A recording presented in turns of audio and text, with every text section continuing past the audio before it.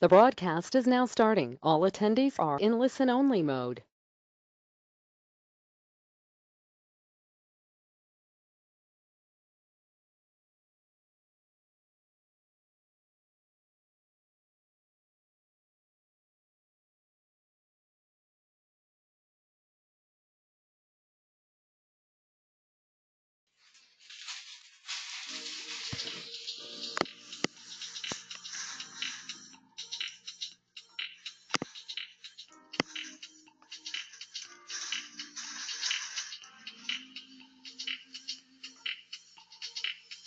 Dear body and bone, currents of electric surging. Your beautiful soul, it touches me where I am hurting. Oh, oh, oh, oh, set me free. Oh, oh, oh, set me free. Set me free.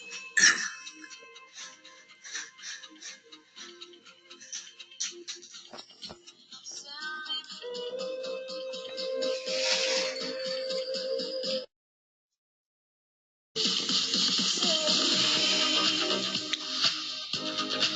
Set me free. Set me. Set me free.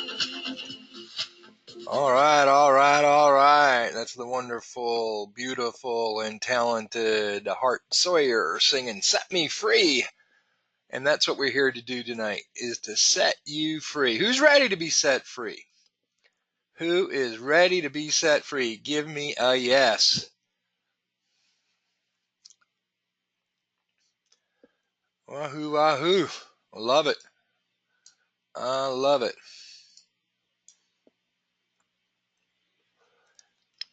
Well, I'm glad that you guys who are here had a chance to take off and be here right now, whether you're taking off from work or your free time or your family time or your personal time. It's much appreciated. Hopefully I'll give you some value tonight or this morning or this afternoon, regardless of where you are around the globe.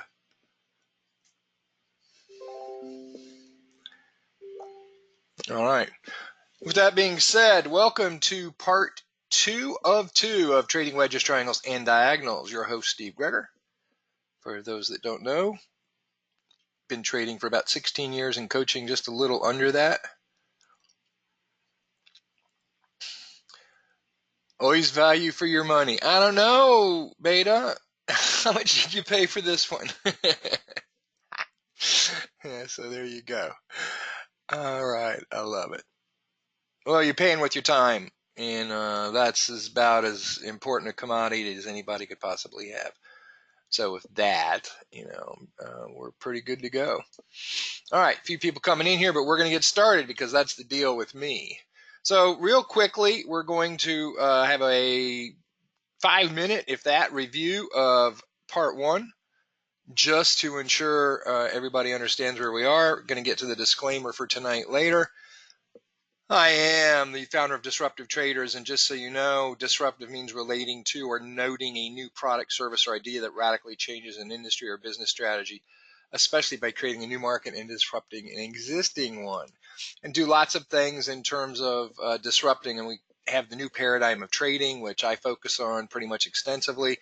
Harmonic scans, pitchforks, Charlie Delta pitchforks, advanced Fibonacci, harmonic wave convergence, wedges, artificial intelligence, and a huge, huge, huge focus on the head game, right? Now, old paradigm versus new paradigm. If you haven't been working with me for the most part in the past, you're probably old paradigm. New paradigm has lots of advantages. Oh, is anybody else sensing the volume is real low? My microphone green lights are really blasting. Sound okay? Okay, sounds fine. So I think whoever that was, well, I know who it was, but it's at your end. So old paradigm versus new paradigm. New paradigm uses laser precision technologies, uses technologies that are designed to allow us to have high percentage entries with tight stop losses, which allows us to put our risk into smaller stops, and therefore we're going to make more dollars per pip. And by the way, the head game works much better with the new paradigm way of trading. It fights you learning how to trade in the old paradigm. All right. I already told you, hey, I'm Steve. All right. We're going to cover everything tonight, again, for beginners, intermediate, advanced. And once again, the beginners may be a little overwhelmed tonight. The advanced might be a little bored. Have some patience. Always going to talk about having the dream. You got to have that what and why. And this is going to take a long haul approach. If you're here for a holy grail, you can save yourself maybe 90 minutes and go do something else. There's no holy grail, just good information if you're serious about being a trader and want to establish some things. All right. Let's keep rolling. Talked about having to have a good understanding of exponential growth via the compound effect, understand compounding, understand the flat part of the curve. If any of that is new to you, you need to read those books and you need to watch part 1. We know that the exponential curve and compounding works both to the positive and to the negative. So you never sit still. You're either advancing yourself or you are declining, even though it seems like you might be doing neither. So tonight down here, part 2, we'll get to that in just a moment. Okay, expectations. Expectations for tonight. You're going to walk out with your head spinning. Nah. Those of you that have been with me a while, tonight is going to be a good review and an interesting perspective on how to look at wedges, triangles, and diagonals in your existing trading. If you've not been with me before, if you're not trading historically and you're just kind of getting on the charts for the first time, and wedges being the vehicle, then tonight I'm going to show you something pure and simple, and that's it, right? You could sleep during the rest of it until the very end when I get to compass. All right. You're going to have to understand risk and position sizing. We talked about understanding the formula. We talked about finding a calculator if you don't have one already to do position sizing for you, because when it comes to manual trading, you will have to be able to determine how many lots to put into a trade. It's not guesswork. Okay. So we go through that, part 1. We use trade calc. We show you that. We talk about the value of a pip. It's not always $10, so you need to be familiar with that. We talk about side by side, how just putting a few dollars a month into an account has a huge exponential gain, and taking a few dollars a couple of times out of your account during the year has a awesome gain. We showed the example on a 2-year path, starting with $5,000 in account, making just 5 pips a day at 1%, and how if you took out $2,500 in 4 months and $7,500 at 7 months, just $10,000 out of all those earnings you're going to make, it was worth how much? How much was that? $10,000? Is this webinar live now, or is it a replay? Since I just read that question, you should know that it's a replay. No, this is not webinar jam. This is a live session right now.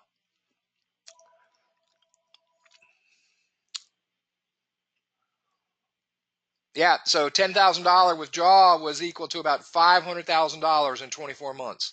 So for all those people who are telling you you're not a real trader unless you can show them receipts for pulling money out of your trading account, ask them to go read the compound effect or the slight edge, because obviously they know zilch about compounding. All right, we talked about the stop loss, because in the new paradigm we use very tight stop losses, and we learned that the stop loss is not just there to minimize the loss in a trade gone wrong. It is actually the complete profit regulator for your trade. Okay, it's the profit regulator for your trade. All right, we looked a little bit at Elliott wave and market geometry, because we want to understand that wedges, triangles, and diagonals could be at various places in these moves, and if you understand where they are, you're going to have more success with them. We reviewed some of the patterns that we're going to see for triangles, And for expanding triangles, though we won't spend too much time there, for ascending and descending triangles, regular wedges, diagonals, etc. All of that in that first one. Then we took a hard look at wedges and triangles and where they sit. And we realized that for the most part, the breakout is not unique to the pattern itself, ascending versus descending. It's where the pattern is. So if it's at the top, or if we're in a bull run, if we're in an upward move going to the pattern, the odds are it's going to break out and continue in the direction of the pattern. If we were coming down in a trend and we engage the pattern, it's most likely going to break down. These are called continuation patterns. And that is correct, Chris Garcia. The downward one is the descending one, and the upward one is the ascending. And depending on where you put, which syllable you put the stress on. And then we learned about something pretty cool called wolf waves, which are an interesting kind of diagonal that have specific measurements and specific, very specific touches. And we also learned that we could put those on sometimes when we can put them on a harmonic scan. We have something very, very powerful.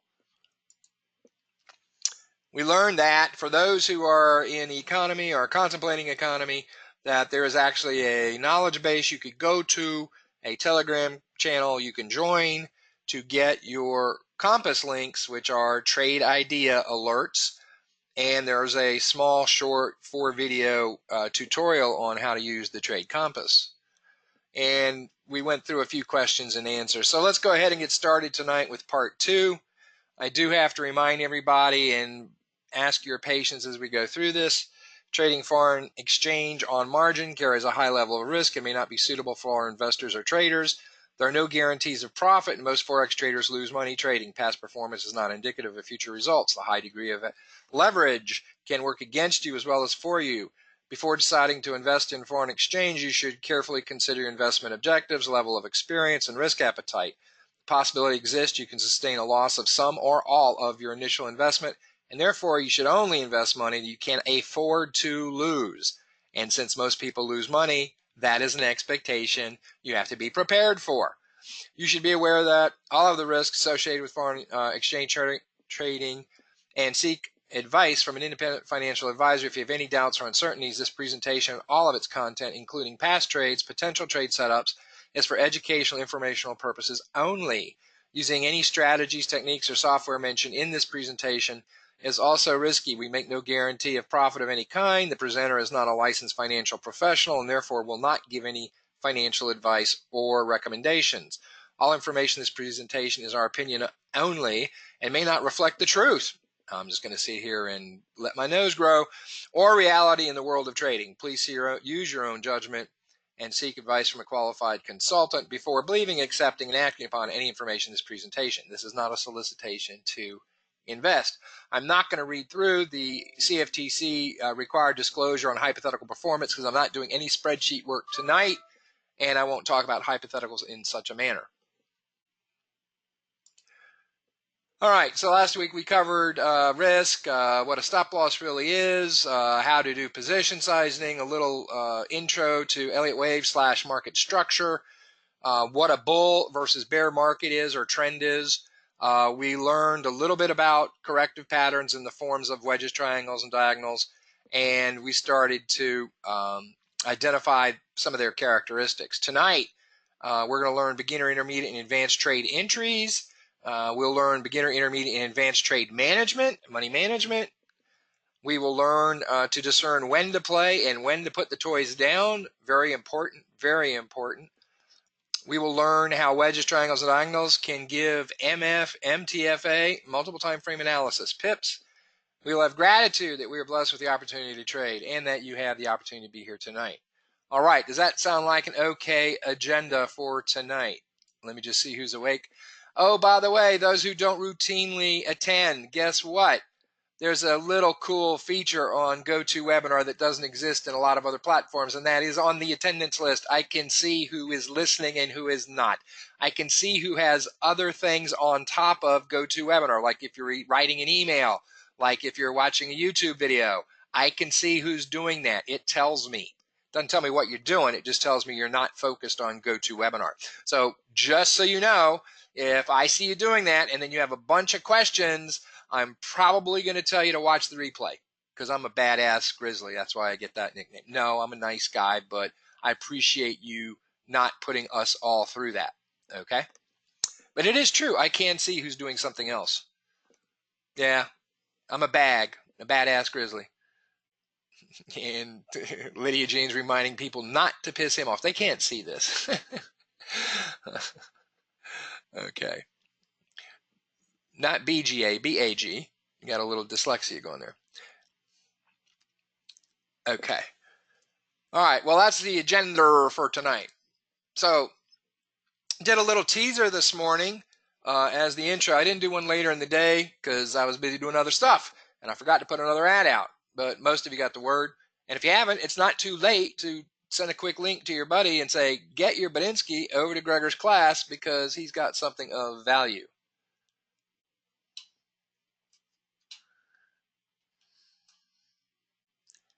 As I scroll through the list and see who's listening and not listening. Yes, I do that from time to time. It doesn't tell me who's listening. It tells me who has GoToWebinar active as the open panel in their screen. Okay. All right. That being said, we did this little teaser, and there were lots of stuff going on. I noted that it was an advanced wedge trade. So we talked about identifying the wedge. We talked about there was a trend line bounce. That is the trend line for the wedge. There were shadow bands. Those who have been working with me, you know shadow bands are a free utility I give out to TradingView customers or TradingView subscribers. There was a Fast 33 confirmation. In this particular case, it was a Clayway Bollinger Band divergence entry. Because we were able to use the tools that we have, we were able to get into that bounce on the far side and actually, get a trade out of this thing. And because of that, we got 6 more pips than the wedge trade would have had itself. And when you're making 6 more pips on 10 pips, that's making 50% more in the trade. And you don't have to have a whole bunch of making 50% more in a trade for it really to compound. Okay, for it to really be compound. You'll notice shadow bands are very good 15, 10, 5 minutes. We looked at targeting. We'll talk about that some tonight. We found the optimal target. The target was achieved almost to the pip. And we also had a 15-minute convergence for the opposite end of the trade, and so we were out at that target at the same time. So lots of stuff going on in that, but to give you a glimpse of what you can do once you learn a few things and you put those tools on your chart. So pretty cool stuff, okay? Pretty cool stuff for those that have an interest in learning to trade manually. As I pointed out last week, the whole deal with that is if you're running an EA, you could take profits part-time from your manual trading and throw them into your A. You could take money from your EA if you're consistently trading. If you have the time and inclination, you want to trade during the day, you can do some pretty cool stuff. In this particular trade here, you can see one trade generated 8% return. Now again, past performance doesn't guarantee future results. I don't guarantee anything. Most traders do lose money, but my point being 8% in one trade. A lot of people are setting their EAs with weekly take profits of 5 to 10 pips, so 8 pips in one trade. Lordy, okay? I mean, by comparison, look at what it's doing. So what is that yellow line at the start of the wedge? You will learn that tonight.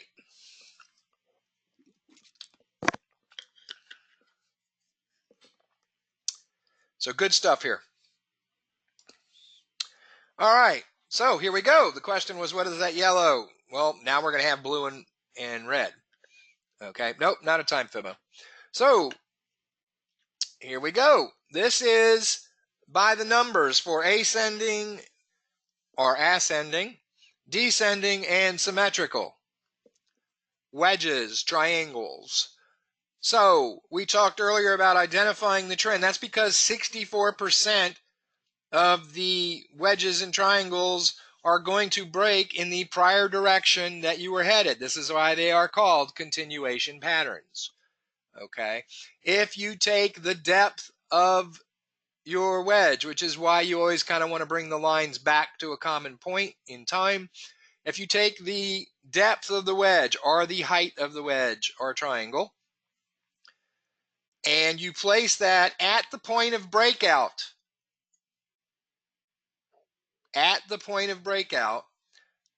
that's your target. And 75% of the time it's going to get there. Okay. I can't talk slow because I'm trying to get this done in record time. What you get to do when you watch it a second time is you can slow it down. A lot of people speed it up. Okay. A lot of people speed it up. 1.5, 2 times. Okay. And for the people that speed it up, I will accommodate you by talking slower. Okay. All right. Now we got that out of the way. How many people like to speed it up too much? You want to be able to understand me when I talk like that? All right. So 64% of the time they break in the direction of the prior trend. And 75% of the time it gets to the target. All right. Now, here's the deal. In terms of the width or the depth or the height, whatever however phraseology, semantics you want to call it, okay, it's going to vary, which is kind of interesting because some people might say, oh, just go for 10 pips. It's okay to do that. For a brand new person who doesn't have a lot of on-chart skills, we are going to review the very simple 10 and 5 way of trading. That doesn't take into the account the size of the wedge. The wedge might be 15 pips wide here, and if you're going to get to that 15 pips 75% of the time, why do you want to give up 5 pips 75% of the time?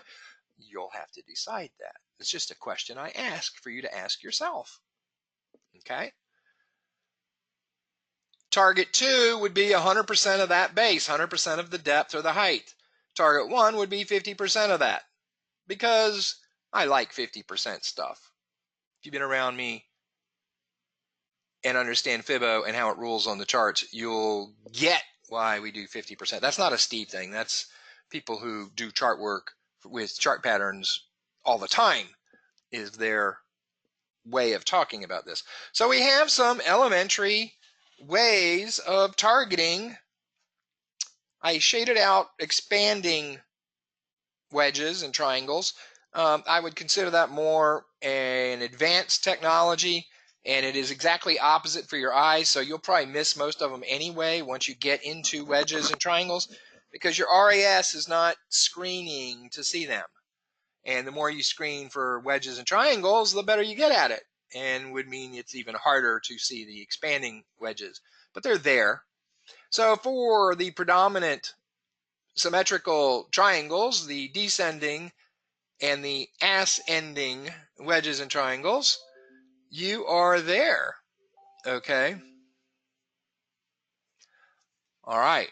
So depth of the wedge, depth of the triangle is the target when you add it to the point of breakout. It's not from the apex, where the two lines meet. It is from the actual breakout.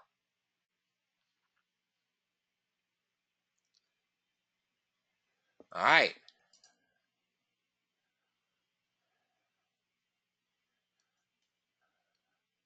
No, it won't do expanding. All right. So here's a technique. Some people were asking me about this last week. And what it does use, and it's a rough estimate, it's, I'd probably say within 10 to 20% of the time, it's pretty right on. There are times, like in this particular example we did a year ago or so, where it was smack dab right on. And all you do is take the point of entry into your wedge or triangle and know where that occurs. Okay. Give me 1 second here. I just tested this before I started, so I'm a little confused. Let's see where my magic penny goes. If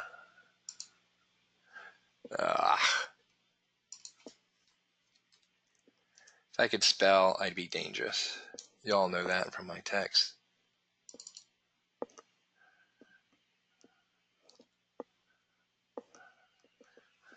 And I'm not seeing it, which means what? It means I gotta go to the task manager. Things are gonna go black for a second. Excuse me. And I gotta go find it in memory and boot it out. It is not always the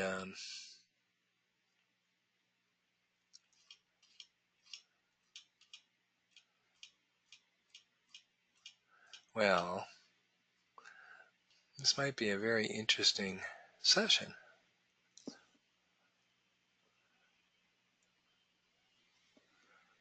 Because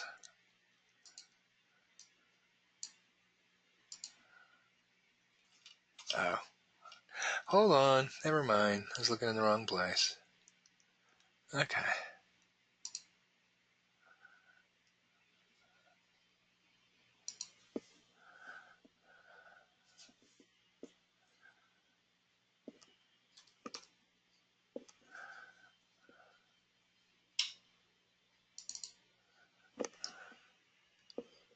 There it is. Jump to another screen. I gotta choose them. It's gonna ask me if I want to put it on this one. Now we're good to go. All right, let's try it one more time. Sorry about that. All right, so you look at where there's a red wick there that establishes the entry into the wedge or the triangle.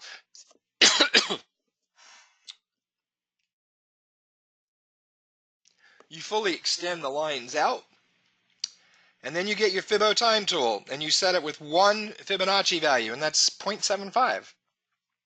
So as you stretch out your Fibbo time tool from 0 to 100, putting the 0 on the intersection of the candle that started the wedge and the end where the two lines meet, the 75% line is there. And that, if I want to draw a little circle like that, that's when your breakout's going to occur almost all the time,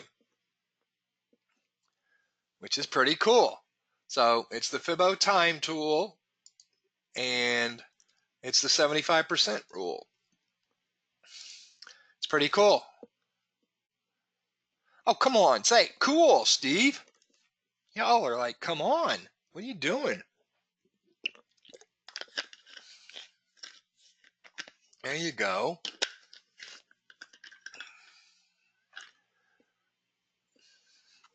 You were writing notes. I saw YouTube on your system there. All right, let's move on.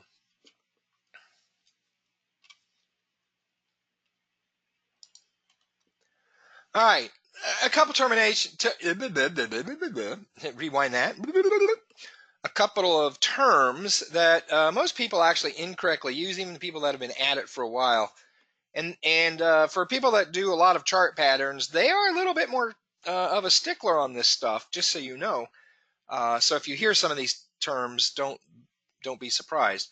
So throwback is a term where it is seemingly interchanged with pullback, but throwback is when you have an upward move and it pulls back. That's called throwback.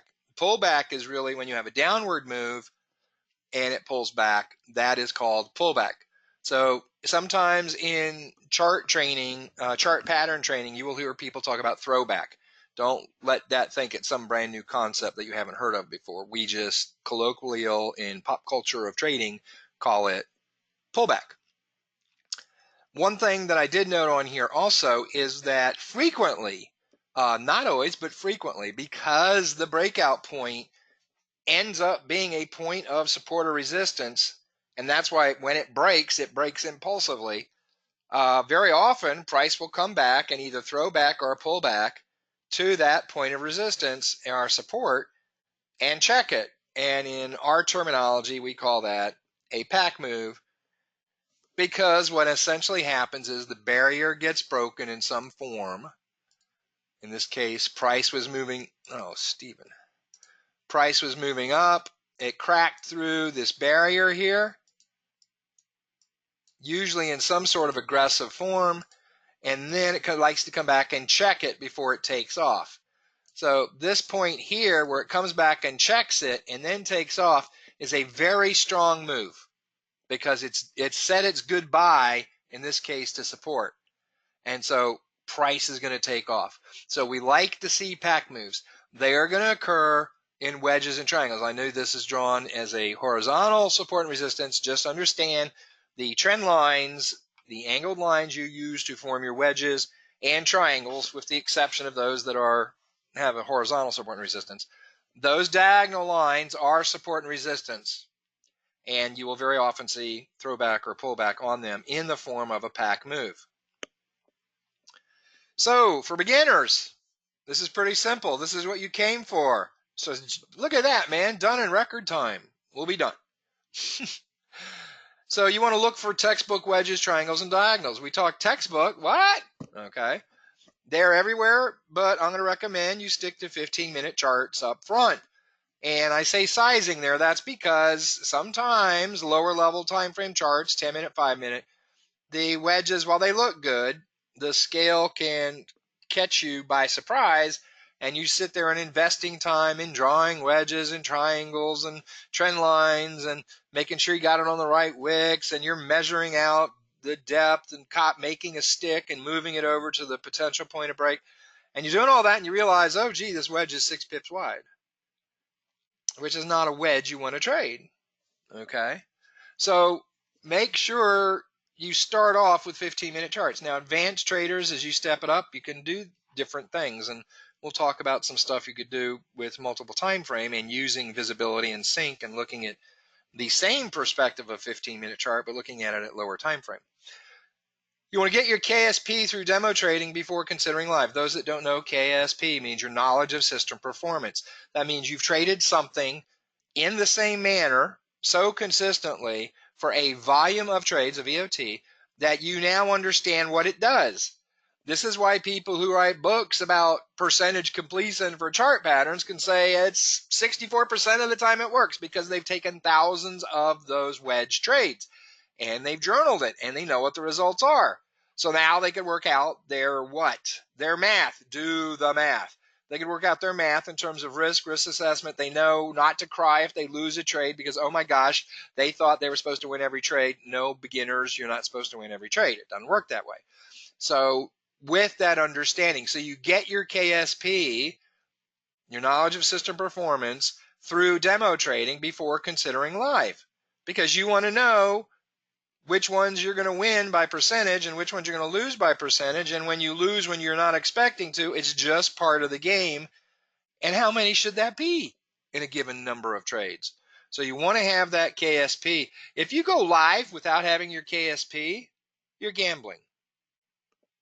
And there's reasons you do it. We've covered it last week. It's because of FOMO, the fear of missing out. Well, I heard Billy Bob's really nailing it, man. I better get some trades in here.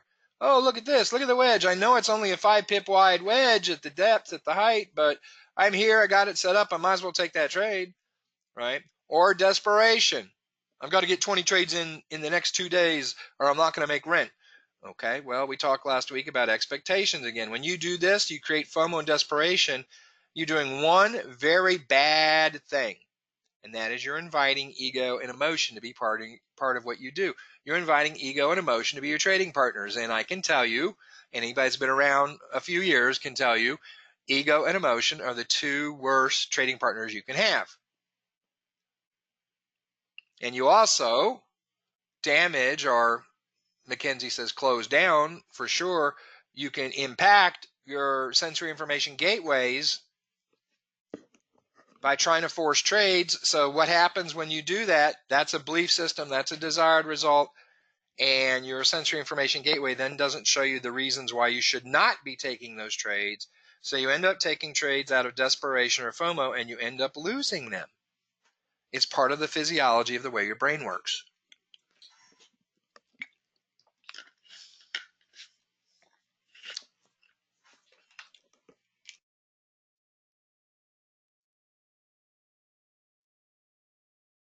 All right. Whew. Got a frog in my throat. So, know your risk in the trade. We talked about this last week. Being able to position size. 1%, 2%. If you're brand new to trading, 1%. When you finish demo and you've got some semblance of an idea of what your KSP is for winning and losing, don't go live with anything more than 1%. Do your position sizing with 1%. Prove yourself there first. Okay? And now we talk about per trade, exposed trades, and month. See, manual trading is much different than running an EA, where your EA is measuring on a weekly basis. If they're intelligent and designed properly, they're measuring where you are for the week. You're 3%, you're 5%, etc. And then on top of that, you generally have some sort of protection. Most EAs do, the ones most people here are using do. And that is, you can set a drawdown, a max drawdown.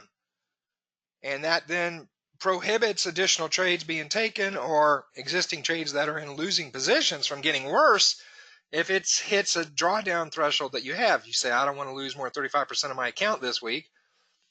They may open, your system may open any number of trades to do that. But you really don't know with an EA, with a number of trades, you really don't know what your risk is going into it at any given time, other than you've set essentially a stop loss representing 35% of your account.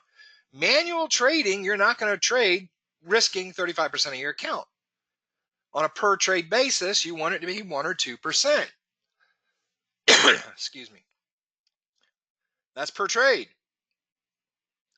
So we have this thing called exposed trades. Now, exposed trade is a trade that I'm still in, and I have not yet moved my stop loss to a break-even position.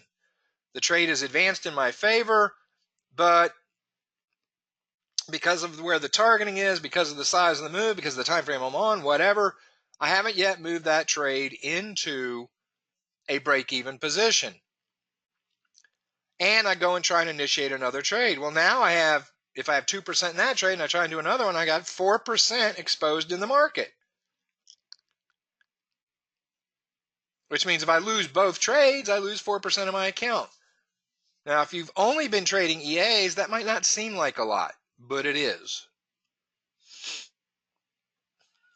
Remember, I've given the example of if you had $1,500 in the account and you lost 33% of it, you're down to $1,000.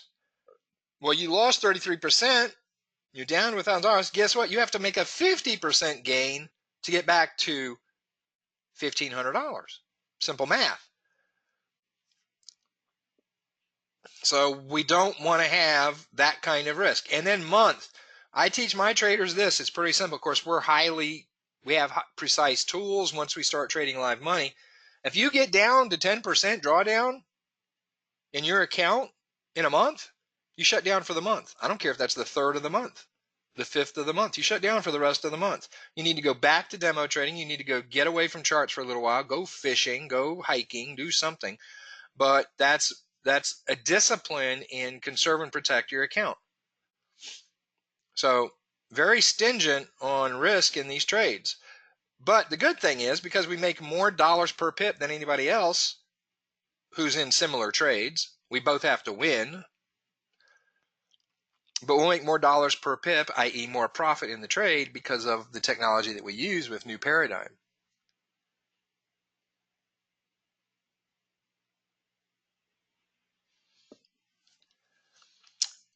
All right. Well, you don't want to use 40% in every trade because there's better ways of knowing I don't need to stay in that long of a reversal. Not always. We're going to talk about 40% in a couple trades tonight. Know your risk in the trade. Do correct position sizing. Covered that. Conserve and protect capital first, then grow your account. Always conserve and protect. That's the number one thing. If you can have 5 opportunities for trades today and you looked at them and you said, man, that trade criteria sucks, I'm not going to take that trade, and you ended the day not taking a single trade, you don't sit there and beat yourself up. Oh, I didn't take any trades today. No, look at it this way. You looked at the chart, you had the discipline to say, that's crappy criteria, I'm not going to take that trade. And at the end of the day, you didn't lose any trades. That's why you do the Charlie Brown dance, or the Snoopy dog dance, actually. That's why you do the Charlie Brown dance. Because you exercise discipline. When you try and go for trades, that's part of that FOMO and desperation. What happens? Your RAS shuts down, and it can't see the reasons you shouldn't be taking trades. That's the way your brain works, guys, believe it or not. All right. If you're confused about what's going on in the chart, if you don't know what's happening on the chart, don't trade live. If you're in a trade and you get confused, exit the trade. Don't gamble by thinking, well, let's see if it goes my way. See, anytime you catch yourself saying, I hope it goes my way, you need to be out of that trade. Back to your volume of trades, your understanding of KSP, and your attitude is, I'm only going to take the trades I win. I don't bother taking iffy trades. I don't bother taking lottery ticket trades. Use brokers with tight spreads. So, I've seen new traders asking about things, and I find out, oh, they're trading the Euro USD and it's got a 7-pip spread. I'm like, what broker are you using? The kind of trading we're doing here isn't quite scalping, but it's close, because we do have an impulsive breakout from a wedge or triangle. There is a bit of a burst trade, but if we're going for 5 to 10 pips, a lot of the time, you don't want to be having big stop losses because of spreads. All right, beginning traders, you're going to want to identify and target 2-to-1 reward risk, which means if I'm going for 10 pips, I want to have that 5-pip stop loss. If I need more than a 5-pip stop loss, I better see my way to an easy 10 pips or go beyond it. If I only use 7, 8, 9 pips for whatever reason, then I better see 20 pips possible out of the trade. Otherwise, what? Gambling. Otherwise, what? The criteria to take the trade isn't there. Otherwise, what? If you take it, it's because of FOMO or desperation or crazy expectations creating desperation.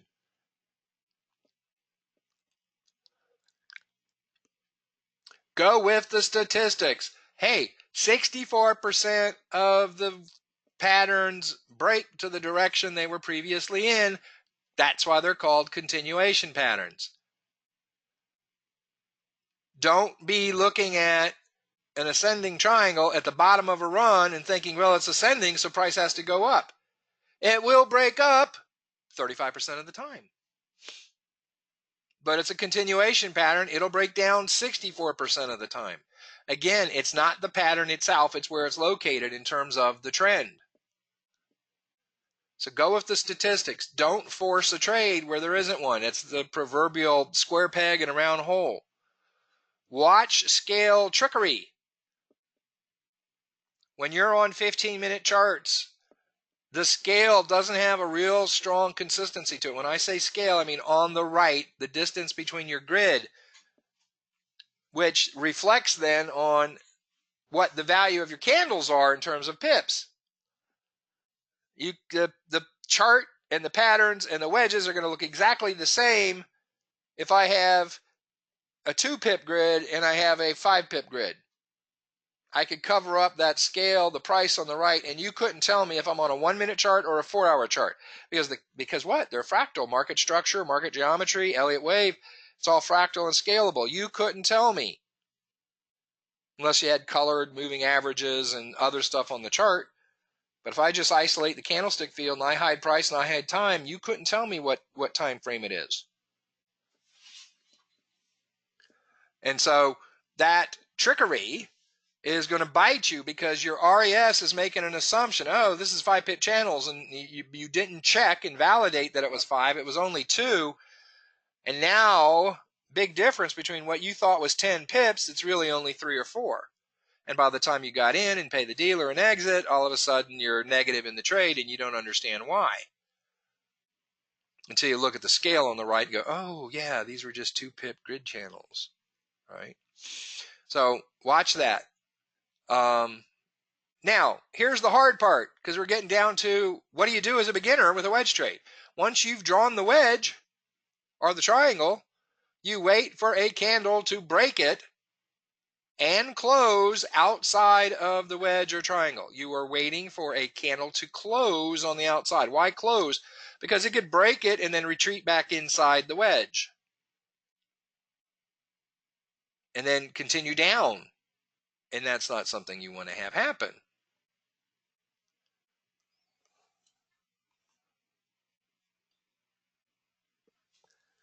And let me see something here. All right. So pretty easy. You wait for a candle to close outside of your trend lines. Now, if you've set the depth or the height and you move that to where it breaks out and you have a little stick figure, if you want to do it with price, you can do it with price. The stick figures are just easy because you can visualize them. And you can look at 50% of that gain, or you could just look at 10 pips. We'll look at a couple different ways of seeing that. And you can set either a 50% goal or a 100% goal. I'm not going to cover a thing like twin trades on MT4, but those of you that know how to twin trade, you could always use exit one trade at 50% and another trade at 100%.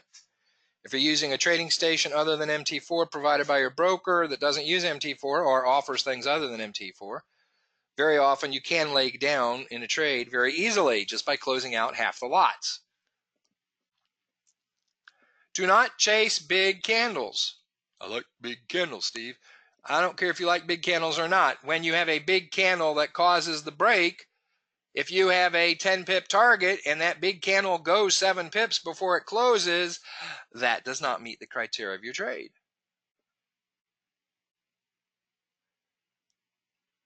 Well, how big a candle can it go, Steve? Well, how big is the height or depth of your chart? I don't think you'd want something more than about 33% of your goal, of your target. Otherwise, you're putting yourself in a position where your stop loss might have to be bigger. From your point of entry back to where it was, because the stop loss remains fixed. And if you're in the trade late by 5 pips, well, your stop loss just grew 50%. And what does that mean? If you put 2% into the trade and it grew 50%, all of a sudden you're risking 3%.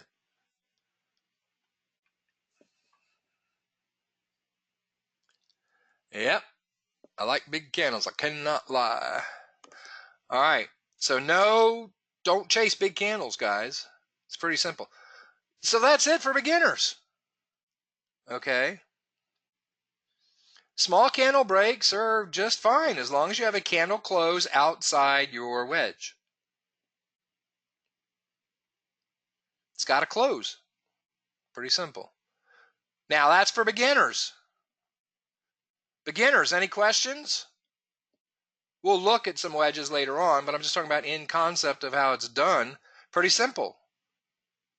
But this is the steps. Now, here's what's going to happen today. We're going to end this presentation. It will be converted to an MP4 file. That MP4 file will be uploaded to YouTube. It'll convert at YouTube. I will then get the link, and the training session part 1 class and part 2 class will be embedded into the PDF, which will have all these slides, including the Facebook group that you can post your wedges in. So you'll have access to this information if you haven't taken notes or screenshots. Yay! Okay.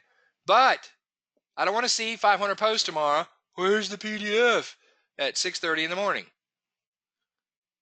It'll be posted in the Scans, Forks, and Fibos group. It'll be posted in the Disruptive Traders AI Info Facebook group. So 2 main places. If you're not part of the Scans, Forks, and Fibos group and you came from one of my private groups, you need to be in that principal main group. That's where all the action is. Okay? It's not a YouTube channel. These are unlisted videos, so you can't go and scan and look for them and search for them. I'll provide the links. It'll be embedded in the PDF. All right, no questions from beginners on technique.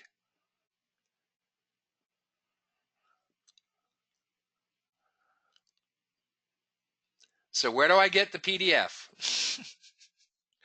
It will be announced in the Scans, Forks, and Fibos Facebook group. It will be announced in the Disruptive Traders AI Info Facebook group.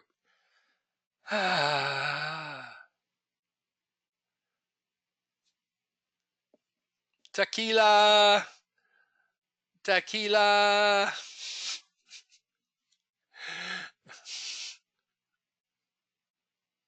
I know, Tim. Isn't that the truth? All right, here we go. So I have to make some comments. If you're new to trading or consider yourself a beginner, the next part that we're going to go over is going to be very overwhelming for you. Don't worry. The only reason it's going to seem overwhelming is because you have an expectation that you're supposed to be able to come, learn it all, and be off trading your way to $1 million. That's not how you become a trader. I hate to disappoint you. I will be real and transparent and tell you that ain't going to happen. Now, if you want to gravitate towards somebody who tells you that, you're welcome to leave and go listen to them. But I will tell you, probably they are related to Pinocchia. And if you don't know who Pinocchia is, drink some more tequila. Okay.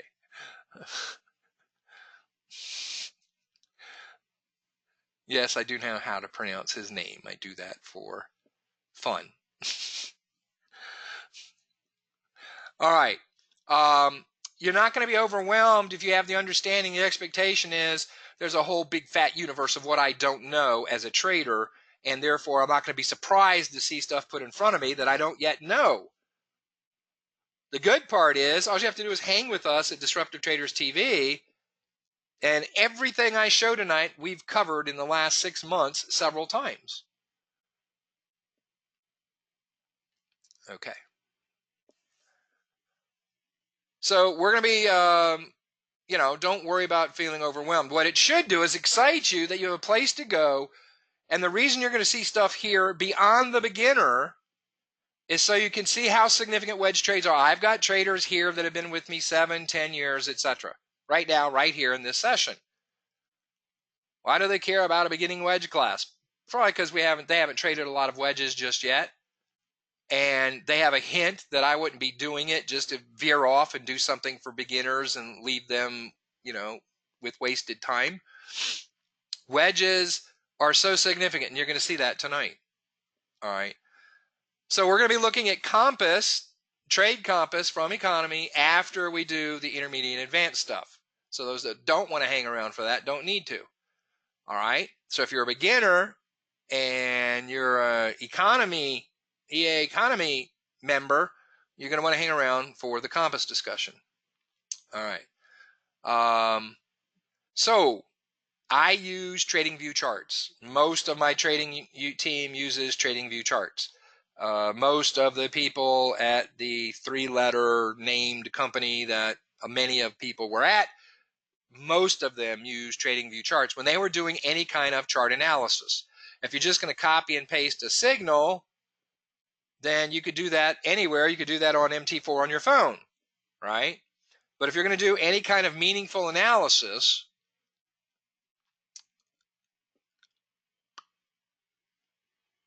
and if you're going to have anything to do with me, because I won't build for MT4. And the reason I won't build for MT4, no offense to those of you who like it and have been long-standing members, it's a thieves community.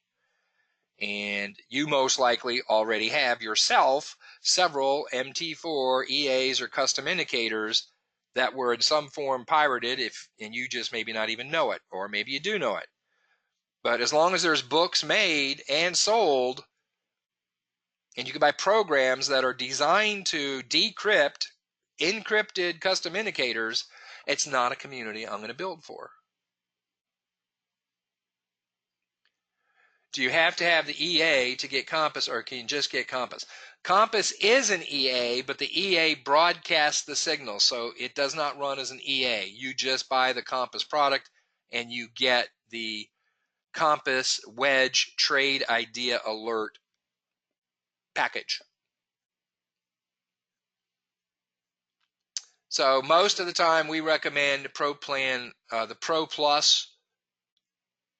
In the long term, and here's the deal, you can really get those monthly premiums down. I put a link here that is an affiliate link. I will acknowledge and be transparent, and the few bucks I make off the TradingView charts, we plow into programming so I could give free indicators like I'll be covering tonight, because they cost money to produce.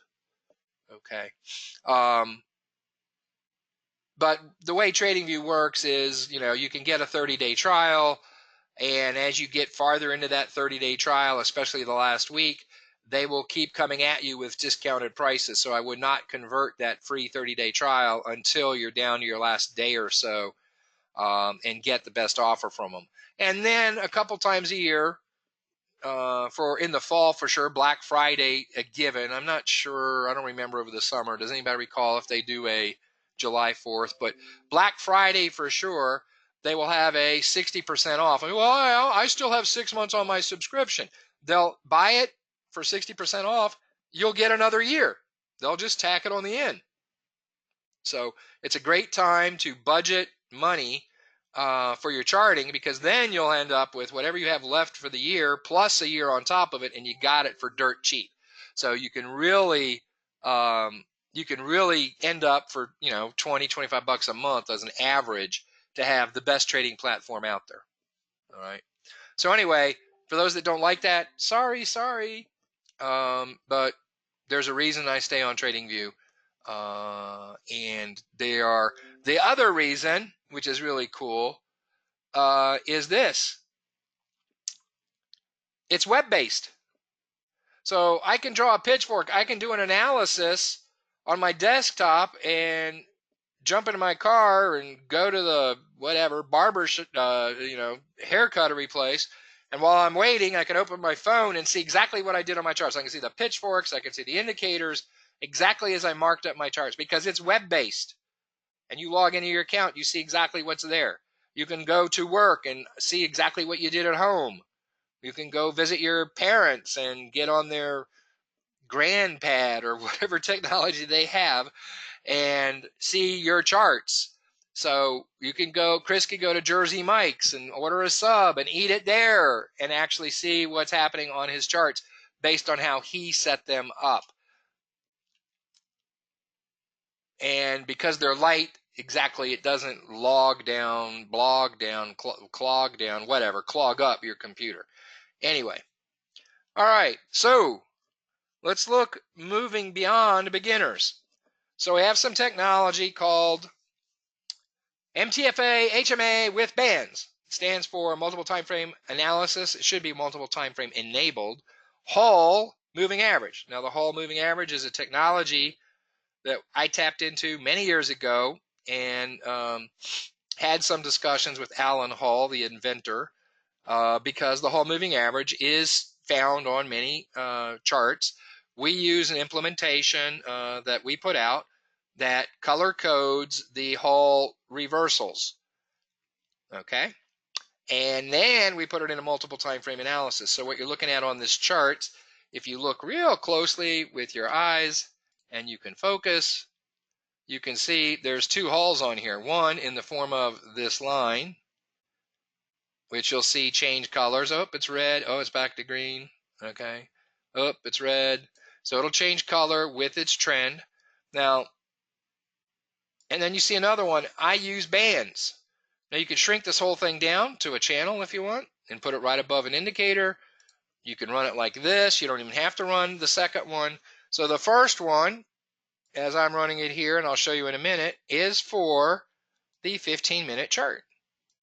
Now what the Hall does is we have it tuned. The Hall is not an entry vehicle, it is an exit vehicle. And what makes the Hall very powerful is at time period, on average, it only erodes 23% of your gain before it would take you out of a trade. And I'm telling you, as a 16-year trader, that's pretty damn tight erosion. Meaning, if I have a move up, I'm only going to retrace 23% when I'll be taken out. So I get to keep the 77% of the move in my bank, which is pretty good because now you can trade that robotically, meaning I'm going to use it for money management all the time. And as long as I'm going to average 23% over time, erosion, or 77% of the move in the bank, that's good. Does that mean sometimes it doesn't erode up to 30%? Yes, it does. But remember, every time it goes 30%, it's got to be down at 16% for others because it's going to average out at 23. So if I have a couple trades that go over and I erode a little bit more than it normally does, the sweet spot's coming. I'm going to get some trades with very, very little pullback, and it'll safely exit me from those trades.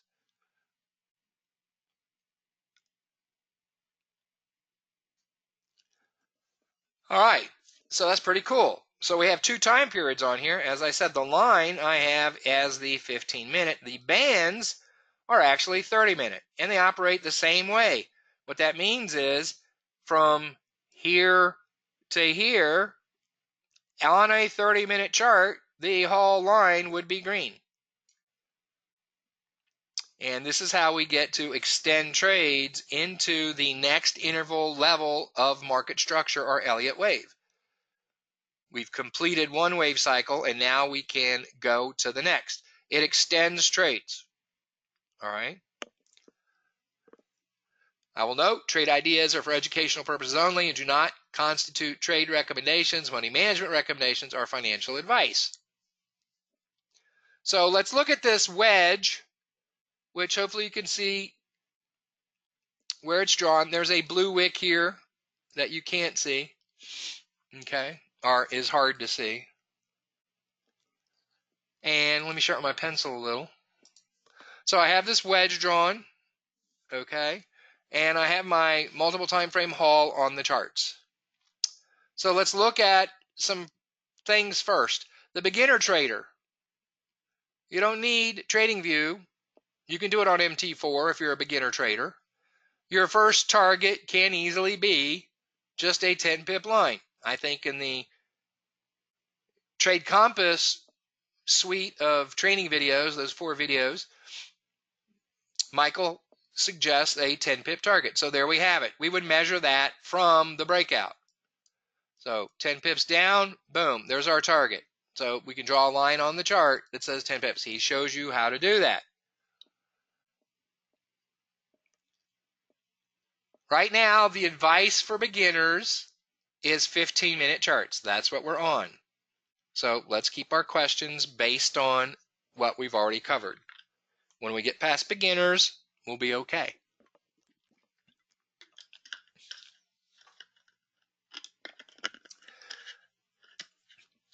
In this particular case, what do you notice? We notice we would have never entered this trade because the candle that broke it, and I waited for it to close, was 10 pips.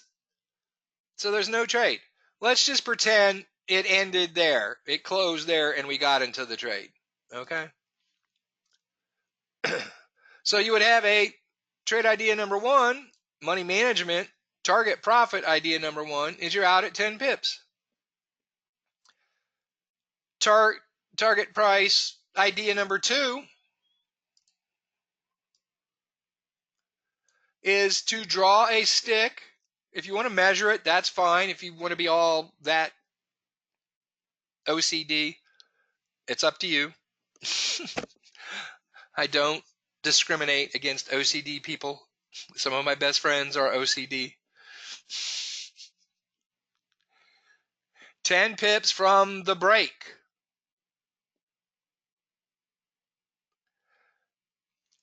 Remember, if it's 3 pips, if it's 5 pips, if it's 7 pips of a candle, and that's your entry point, you can't go 10 pips more than that.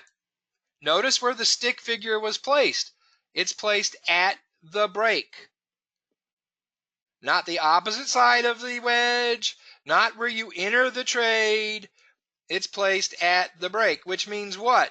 The longer it takes you to get into the trade, the bigger that candle is, the less profit you're going to make when you target 10 pips. Now, if you're going to target an absolute, if you're going to target an absolute 10 pips, it doesn't matter. You'll move this 10 pips line until you get 10 pips of profit from where you entered. The stick figure is put from the point of breakout, and it's the length of the stick. So if you're using the target that is hit, how often? How often is that target hit when the wedge breaks and it goes where I think it's going to go? How often is that hit? 75% of the time. 64% is it moving in the direction of the previous trend. 75% it's going to get that target. So if I draw that target on there, it's a fixed target. It's the length of that. It's that length. That's it.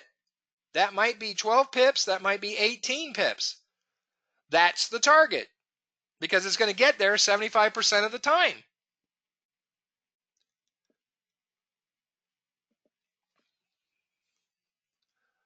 So I draw that on there. Now you'll notice a couple of things here too.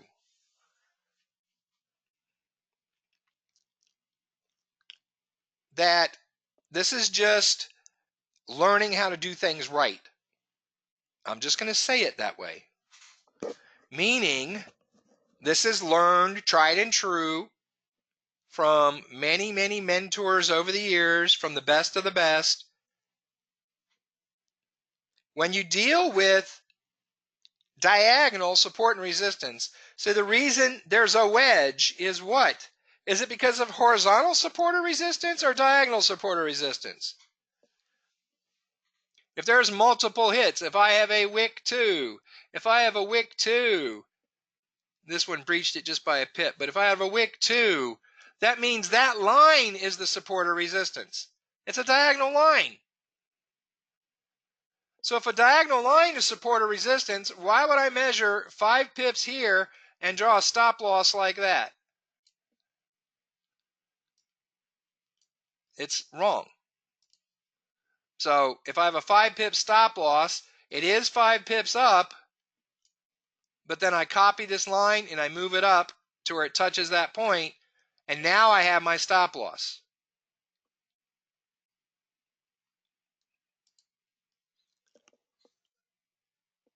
So it needs to be a parallel line.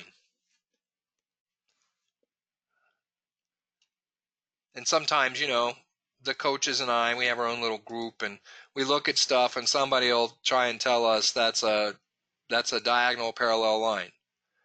Like, no, it's not. The lenses in your glasses must vary, and one is angled. That's all I can say. Use your tools, make it right. So your stop loss here, 5 pips. What can you tell me about the scale on this particular chart? What's the distance between that and that? So it actually shows up here on my grid. 5 pips. We're in the sweet spot. That's where we'd like to see it. And what does that tell us? If I look at that real closely, let me do this again and try and draw it a little. I'll use lines. I'll do it a little neater. So you train your eyes real quick. This is how, a lot of you don't know this yet. You can't trade live money. Well, you can, but you're really getting risky. You can't trade live money consciously.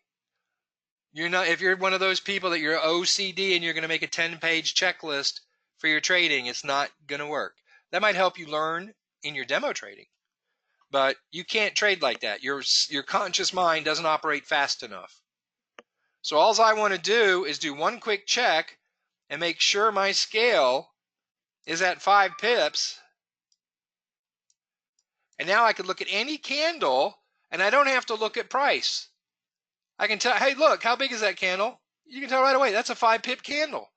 That's a 4 pip candle. I can tell just looking at it because I know what 5 pips is. Right? So you're looking like, oh, that's a 3 pip candle. It might be 2.78, but close enough. See, if I hide all this and I hide the time frame, told you this before. A 4-hour chart looks exactly the same. A monthly chart will look exactly the same. The candles, the moves, the fractals look exactly the same. The only thing that brings relevance to it is knowing that I am on a 15-minute chart and I'm aware that this is 5. See, if I were to go to a 4-hour chart, that very well may be 50 pips in that grid.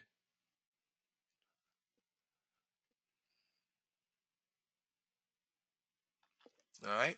So I want to know that. So we have a couple things going on. I put my stick on here. That's target profit option idea number 2. Number 1, straight 10 pips from my trade. Target number 2, absolute 10, absolute length from the time of the break, from the trend line. All right. Now we can use the haul. So now we start jumping up to more intermediate stuff, the use of the haul. And the haul will maintain a trend. You see the red line, and we can make it bigger, thicker. And right here is where that trend converts.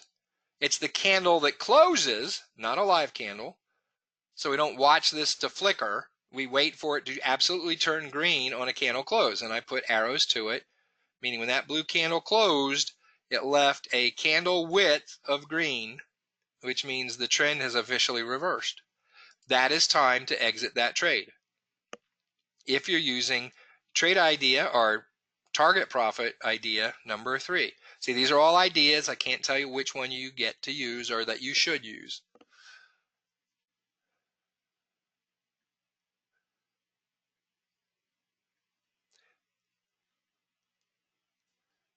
Seemingly number 4 fell off the chart. All right. Now, number 5, I can now use both the hauls, and when one haul flips right here, that means the what? 15-minute trend has reversed. What about my 30-minute trend? It's still down. It's all red. It doesn't reverse until right here. Not based on this line, just based on this whole band turning green. But that line is a dividing point. So when I get, we're not going to take an entry here. We'd actually take it on the blue candle because we're not going to take a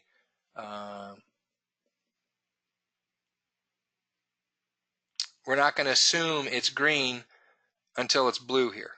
All right. So anyway, that gets to extend the trade. See, I would have been out here 15.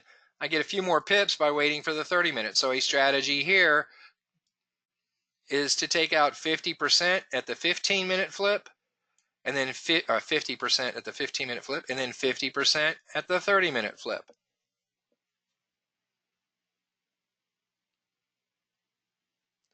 So this is why you don't want to just go, see, beginners, 10 pip, get out. That's it. Bank the 10 pips. Don't worry that other people might be getting more pips out of the trade.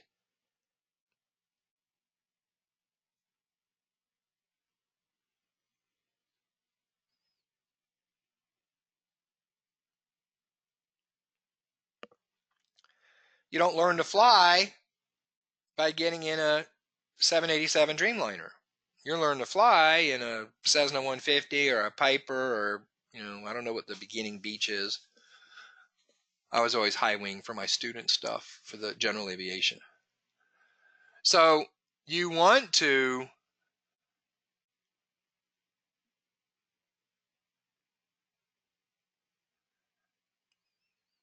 yes, if you're using 50% twice, it's just an idea. Again, it's not telling you what to do. If you're in a think it's going to be a big move, and there might be some reasons why you might think it's going to be a big move, you could always do 30% for 15, 30% for 30, and save, whatever, 40% for the 60 minute.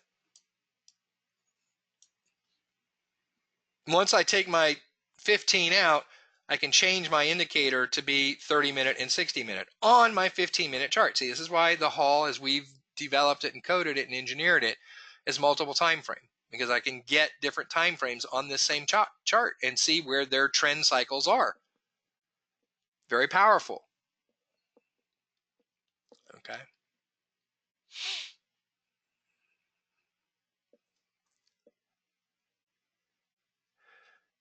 Trade idea number 5 or 6, just because 4 dropped off somehow in my numbering.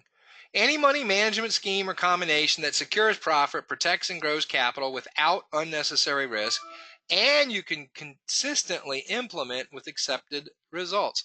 Meaning, I can use the Hall on my 15-minute chart and use my 15-minute Hall, and I can accept that knowing I'm going to get 77% of the moves, and I'm only going to erode off 23% once I'm using the Hall. So what do? See, this is what an old paradigm trader does. They go to work on this. Well, if I do this and the lunar cycle's that and the wind's blowing from the southeast, maybe I could only have it erode off 19%. See, they spend all their time and energy and focus worrying about the last trade and how to make it better. What am I doing? In the time you did that, I went and got 5 more trades that I made 77% of the move on. See, you are using the Hall to trade like a friggin' EA. It's a robotic discipline exercise, and it gives you the same kinds of results that EAs have. What do most traders do? Situational money management. Lick my finger, stick it up in the wind. Today I think I'll use the Hall. Today I think I'll try and do an Elliott wave count and project out where wave 3 is ending. Today I'm going to use the MACD this or the stochastics cross, or because the last trade they took, they felt they could have done better with their money management. This is where KSP comes in. If you're shopping around, if you're jumping around on your money management, it's because you've not used any one of them long enough to know the results that it gives. Before I started distributing the 77%, 23% erosion number, I had thousands of Hall trades. So I know what it does.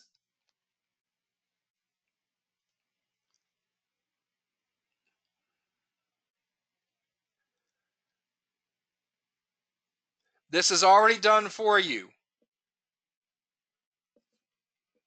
So if I have a 30-minute Hall on there, this cannot switch from green to red with the exception of it happening on a 30-minute close. It shows me what's happening with the 30-minute Hall. So you are getting a 60-minute close or a 30-minute close. If you're using 60 or 240 or whatever period you're using, you are getting that as long as it can be displayed on a 15-minute chart. It's divisible. So there is a 15-minute period that will sync up with a 60-minute period, and therefore, when the 60-minute closes, I will see it on my 15-minute chart.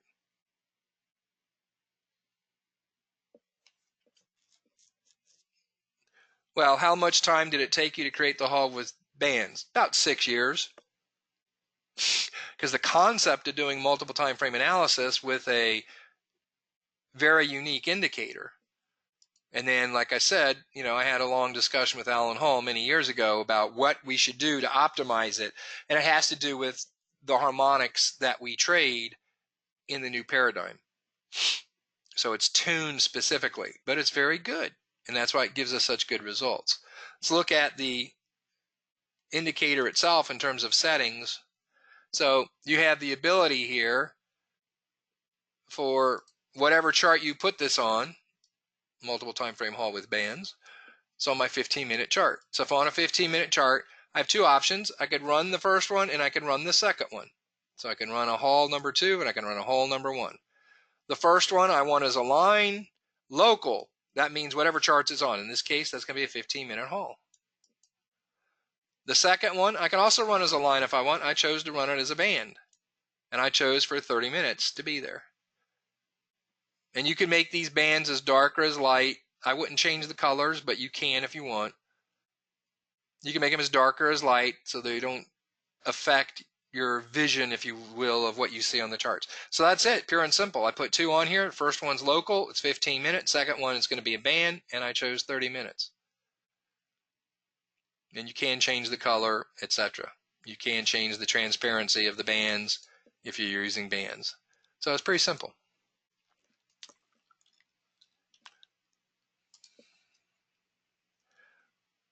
Getting to the technology wasn't simple. All right, so intermediate, we're not going to really do much more than use the hull. So it's an easy incremental step. You go from 10 pips and out, you go from stick figure and out, you go from 50% of 10, 50% of stick and out. Now, should I exit at 50% or 100%? You figure that out by doing a couple of 100 wedge trades. And which ones do you see happen more often? Which ones do you actually see? How many times are you going to go 50% and exit everything only to watch it go another 50%? Remember, 75% of the time it's going to get to the height, depth, whatever you want to call that, of the wedge.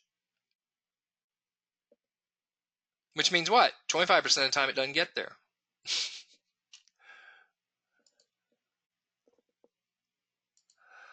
All right.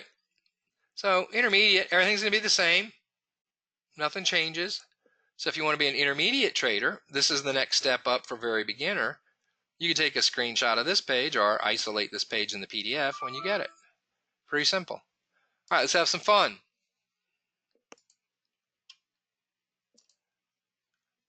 All right, if you've been with me in the new paradigm, you know our group has a name, Scans, Forks, Fibos, Waveology.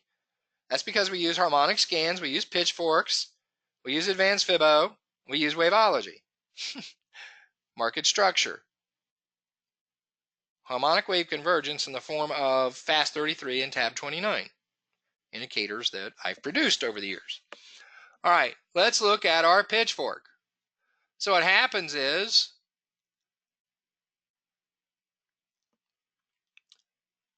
actually what happened, this yellow line is a compass wedge alert.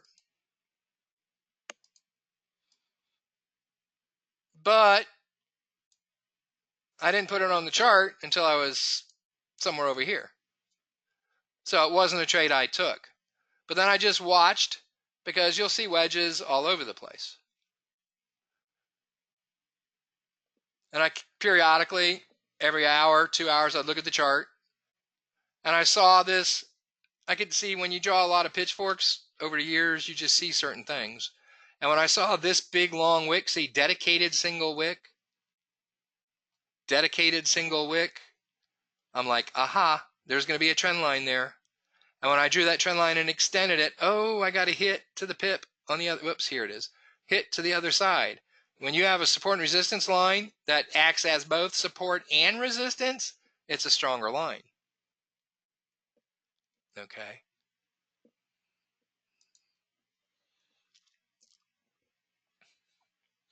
Well, it would normally be orange, except it was coming from another place. So let's just leave it at that for now.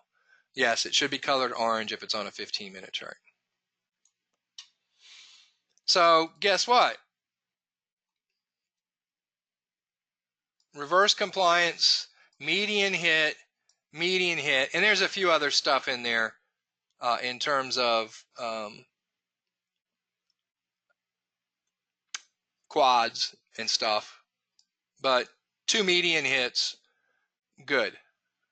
I got a third one. My angle is set.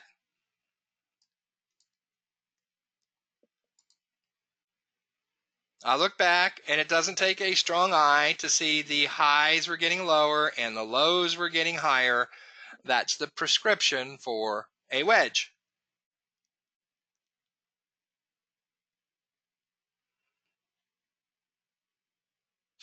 Draw the wedge.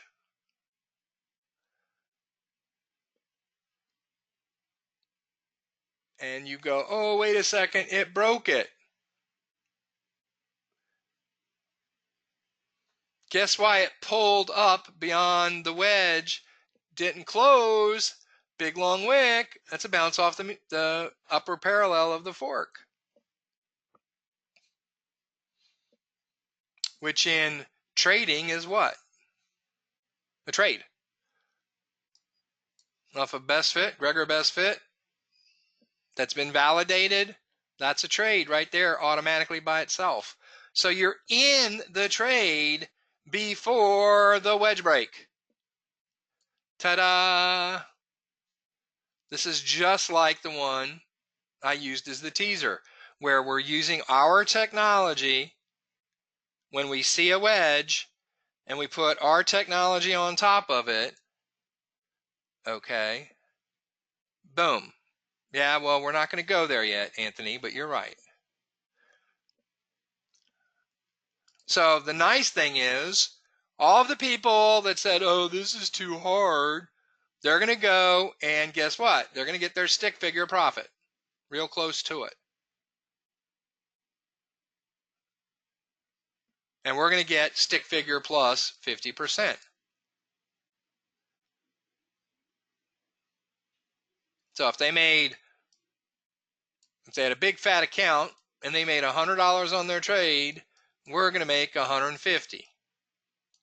Now, how many of those $100 trades do you have to take before at some point you say, I think I'd rather make $150 per trade instead of $100? This is why you invest in yourself. This is why you learn more aspects of trading, because it'll give you the ability to make more profit. It helps you understand the false break or the false breach. You know, that fork, because we saw all the hits it already generated, we know how powerful forks are, if you've been with me. So we know, no big deal, I understand why it ended up breaching. Now it's a false breakout, the candle came back in and retreated inside, but nonetheless, the wick went past. So, trade idea number 7, target profit trade idea number 7. If I'm using my fork, go with what we know about the fork. If I'm hitting the outside parallel, Alan Andrews says the next likely place it's going to go is the median. So that becomes our target. And it's pretty much synced up with the depth, height of the wedge from the point of break. So it's kind of like a double confirmation. That's a good place to probably exit the trade.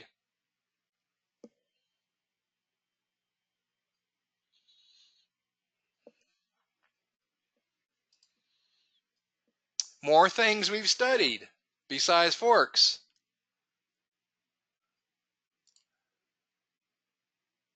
More forks. No.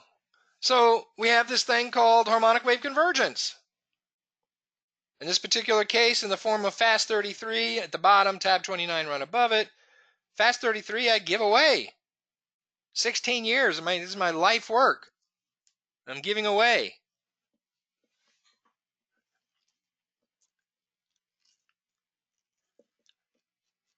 We happen to know that it was built with a certain thing in design that not only is it tell us when waves at various time periods are exhausting and are reversing at various time periods, it also has a unique characteristic of being able to put trend lines on those exhaustion points of the wave. So here is a trend line, third hit on a trend line, which allows us to get into the trade where? Before the break. We're going to be a little inside the fork, but even if we didn't have the fork, we'd have a trade. Third hit with our indicator on a trend line. Same exact wedge, just different kinds of technology to bring more what? Confirmations. We've got 51362 technology. We spent a lot of time on this the last month or so. It uses the 5/13/62 EMA. Now, why those? I heard so-and-so said the 50 is what I should use. So-and-so told me the 200. No, so-and-so told me the 35. I heard you're supposed to use the 8 and the 11. So many years ago, I looked at 4 pairs. Many of you are tired of hearing this.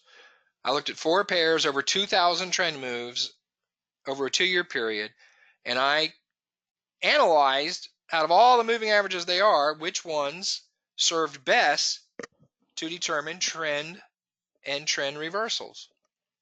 The 62 is it. Guess what? Why? It's really 61.8. Should recognize that number if you've been in trading anything more than a month or two. 5 and 13 also Fibbo sequence numbers. And so we have some simple technology. When the 5 crosses the 13 right before the 62, generally what we watch afterwards, it's a confirmation indicator. We're looking for a trend reversal. Once price crosses the 62, you will get periods of time, as was the case when what? In this wedge. What is a wedge? What's happening inside a wedge? Just for curiosity. What's going on? We have a trend move and then we have a wedge. We have a trend move and we have a triangle. Yeah, it's correcting. It's consolidating. What does consolidating mean? Doesn't know which way it's going to go, right?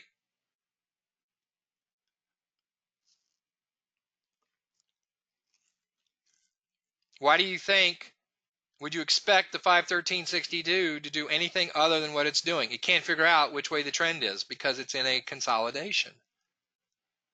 So we have what we call a DNA spiral inside the wedge. Once it breaks the wedge, it says, okay.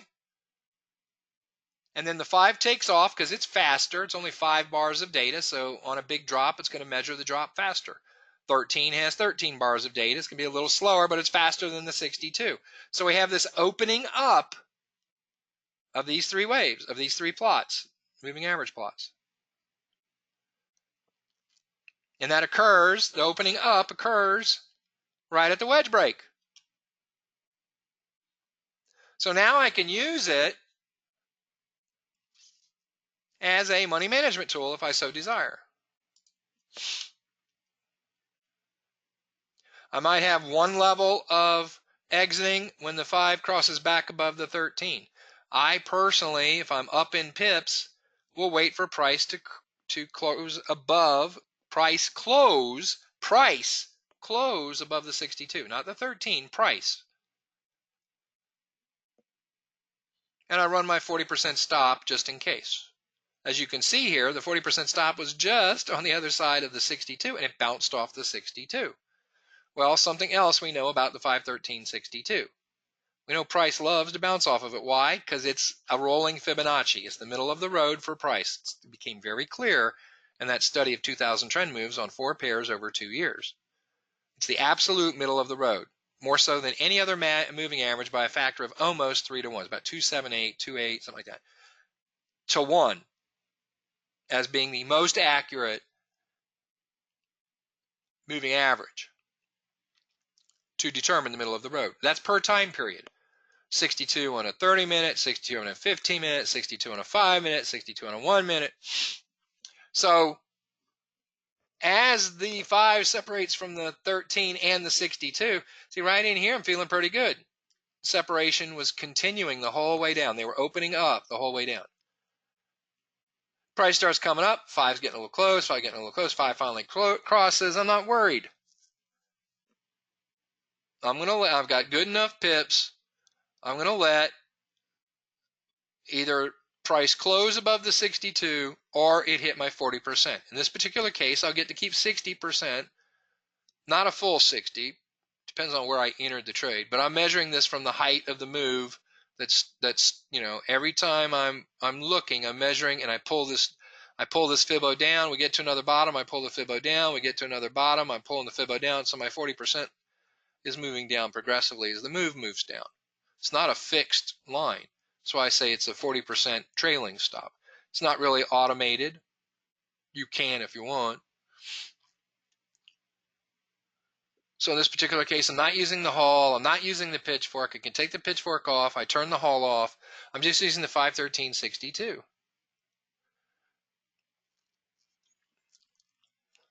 It comes up real close to my stop loss, and nice single candle approach and rejection. Not indecision, that's rejection. Guess what? Second position. Why? Because this first position is already break even. So I have nothing at risk. My margin's still tied up with the broker. That doesn't get returned until I exit the trade, but I can enter a second position, assuming I have the leverage. 2% into this trade. Price comes down, moves back up, challenges the 62 again. I can get into a third position. And so now I've got my original position, 1. I got my second position. I've got my third position, and I'm going to wait for price to cross the 62. So at the time I put this on here, my first trade was 65 pips, the second trade was 50, and the third one was 45. Who's good with math? That's 95, and 65 is 160. If I have 2% into a 5 pip stop loss,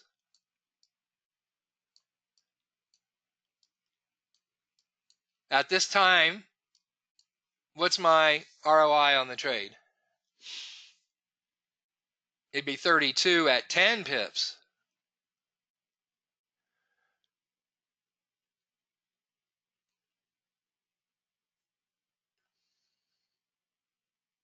One trade that I parlayed into using 513.62 technology to help me determine when to get out and to add positions to the trade. This one here had an energy point, happened to be one of the oct, one of the 8th Fibonacci lines. This one was a pure out 62 bounce. There's other stuff, but let's just go with the 62 for now. It's going to be 64% with that time on the charts. Now, we're going to erode some off eventually, unless the price continues to drop. And maybe it eventually crosses back up here. But we're prepared for it to just go right from where it is.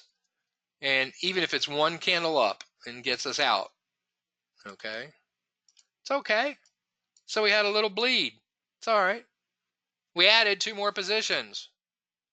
Simple 513.62. We're exploiting technology that, maybe 1% of the market knows about. I doubt it's even that.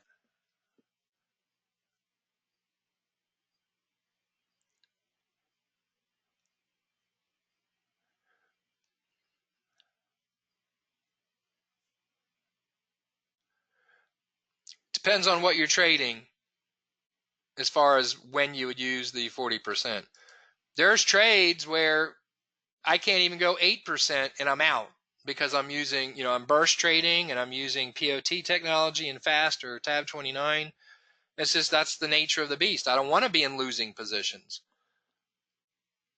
So it doesn't even have 40%. I might enter the trade and the very candle I entered on, it reverses the moment I entered the trade. There's no 1%. I'm getting out. But that's in depth of harmonic wave convergence at a time period. Once you have a number of pips, 40% is fine. Unless you have other technology. See, this is a fail-safe. This is an emergency secondary consideration.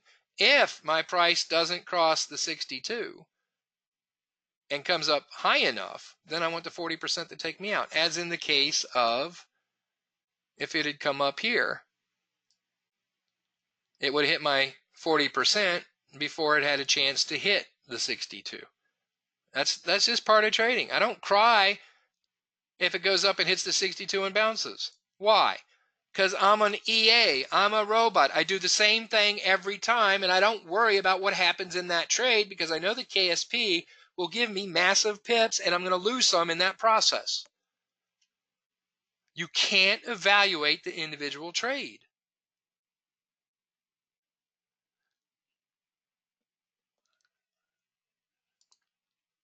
You have to do the same thing over and over again. Let's keep going. All right, so we have another technology that's buried into FAST. It's actually an enhancement to FAST that tab 29 doesn't have yet. It'll have it with 3.0, but you can add it by adding late break to embedding it inside the indicator. So that's what I've done here. But it comes naturally. You could turn it on or off with FAST 33. It's a simple little technology. It's a couple of things that are formulated together. They're not about end of run. It's not an exit tool. It is just what it says. It's a late break indicator. What it means is the break's already occurred for the most part, and I'm going to get into this trade late. Meaning, either I'm going to reduce my risk. If I'm usually 2%, I'm going to be 1%. Or I have a bigger stop, and I'm going to realize half the profit, or a third of the profit, or 2/3 of the profit. Like I used to say when I first introduced this technology, was if you're used to making $1,000 a day, and I tell you, hey, guess what? Today, I'm not going to let you make $1,000. You have a choice.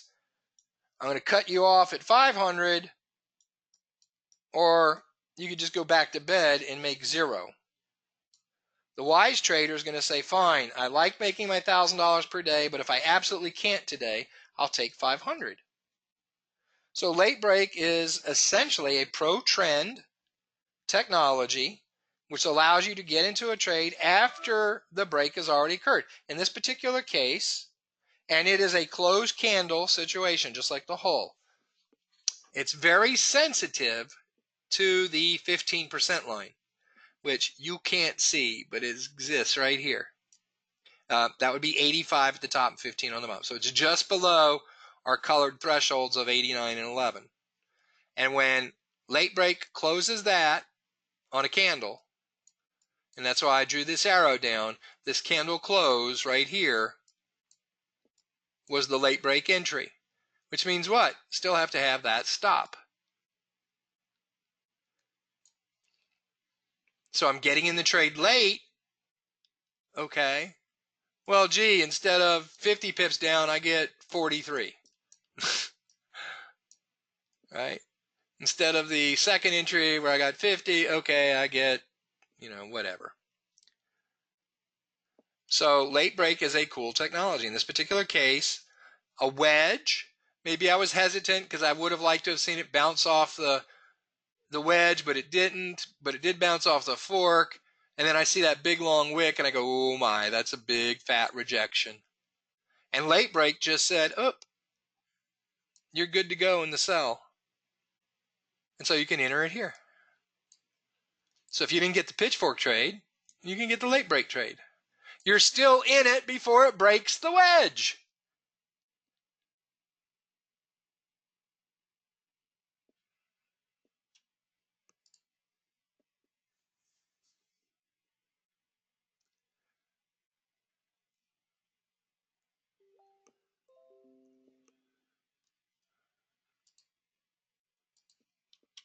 All right, scans, forks, fibos, harmonic wave convergence. We got one more thing to cover, don't we, for advanced traders? What could that be? Forks, fibos. We've done waveology. Oh, scans, a couple traders are saying. Oh, hold on. Did I just absolutely blow my presentation with? Give me a second here. Yeah, disclaimer. Hopefully I didn't erase the slide. That would really be sad. No.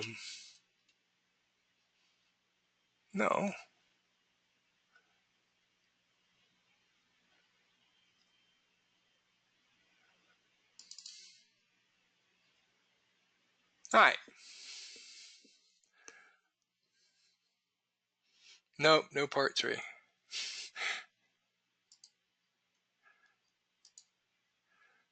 Just so you know, this free class that people are bitching about because, oh, it's going to be 2 hours before he gets out of here. Each class took about 12 hours to put together. And that's only because I can move fast with what I have in my editing tools and whatnot. But I tried to use current technology. I knew what I wanted to do, but I wanted to bring, the stuff, the examples I was using is these aren't slides from 2007 like my Pitchfork course. These are all within the last 48 hours for the most part. All right, so couple things going on here. We have this cool scanner. This cool scanner now can identify the C and send us a telegram alert that the C has painted.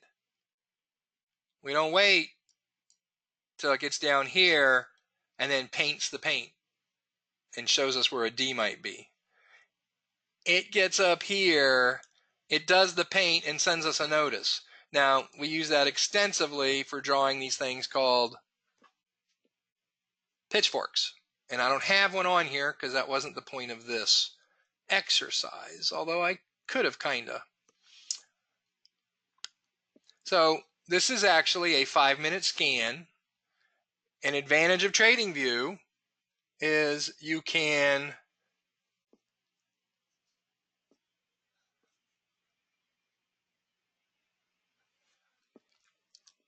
sync your charts in a layout and turn visibility on. And whatever I do on one chart, I could just change time periods. In this case, this chart is from our scanner. And all I did was take this 5-minute scan, which is where it came, and visibility on and turn it down and just clicked on a 1-minute chart so I can see that same scan on my 1-minute chart.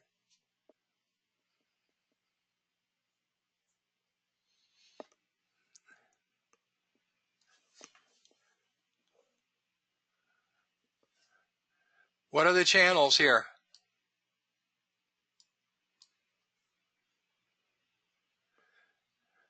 Four digits or 5?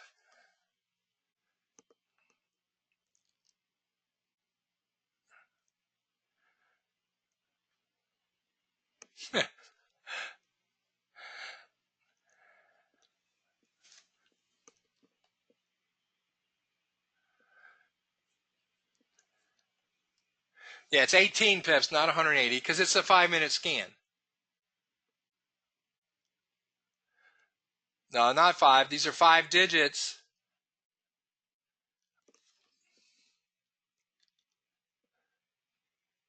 So we got to be careful whether you're 5 digits or 4. See how these guys talking about their no, Lydia Jean.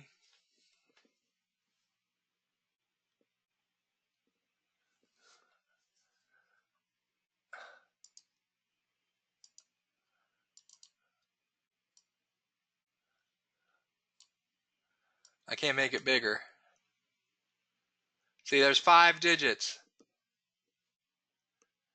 Yeah.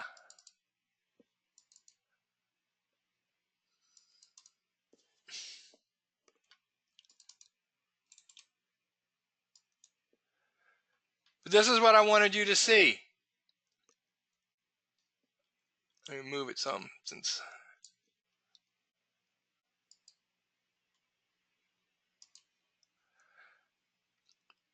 Look how clear the pack move shows up here. Real good touches here. These are kind of like just what you want to see. The B, the software determined that that line would be a target. Now it has to do with the pattern and better targeting than just simple 38-61-8. Okay. So once you see this touch here, and this line was already drawn. See, you can see the green underneath? That line's already drawn on here. I didn't have to do, I just overlaid it with the yellow. And then No, that's not a bump and pass. Well, it is here in terms of this. But we're looking at what's tradable. And what's tradable is this break, candle close outside the break, and here's a second opportunity to get into the trade on a beautiful bump and pass. Now, here's the cool thing about this. This is a 5-minute scan. Wasn't a 30-minute, wasn't a 15-minute, wasn't a 60-minute. So we got a couple things going on. What do we know from the C? Where are we expecting to go in a pattern from the C? To the D. So if this wedge breaks down, which it does with our pack move,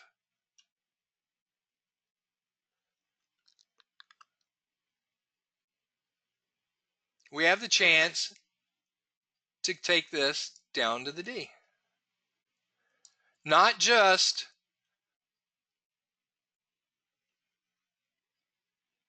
$10 pips, not just the stick figure width.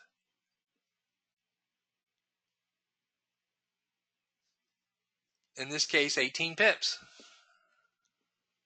You have to go to D. Now, don't let the size of the scan fool you.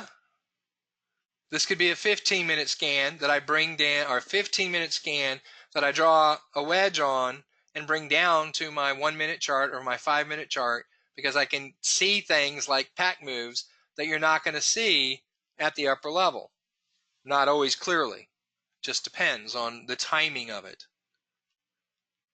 Which candle is which.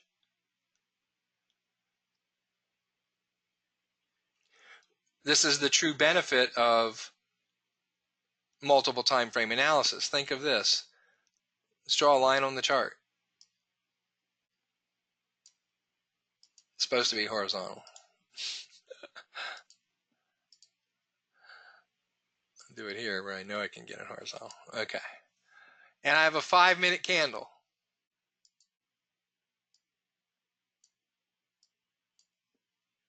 And I have my 1-minute candles.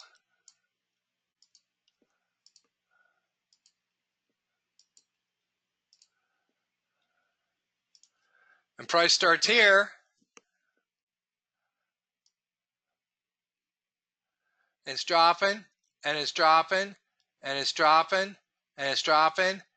It goes back up, and you know, obviously it's wicking there as it goes back up, and then it comes back down. Well, that 5-minute candle just did a pack move, but you couldn't see it. Once again, what happened was it came down, it went back up. When it went back up, there was a wick, but it didn't close there. That's just what you would see. You look back 2 minutes later, there it is, and it's closed. And then you look at your 1-minute candles. I'll make these orange just to be different. Move, 1-minute candle, 2-minute candle, 3-minute candle, 4-minute candle, 5-minute candle. So the challenge is, get rid of that one. There was a pack move, but it happened inside my 5-minute candle. Can't see it, never saw it. Looks like it just breached it. Get to see it here.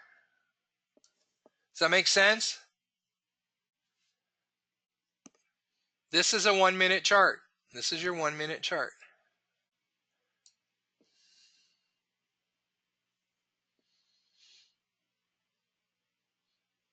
Now you can't get fixated with moves on the 1-minute chart because it's real easy as a newer trader, beginner to intermediate, to spend too much time there.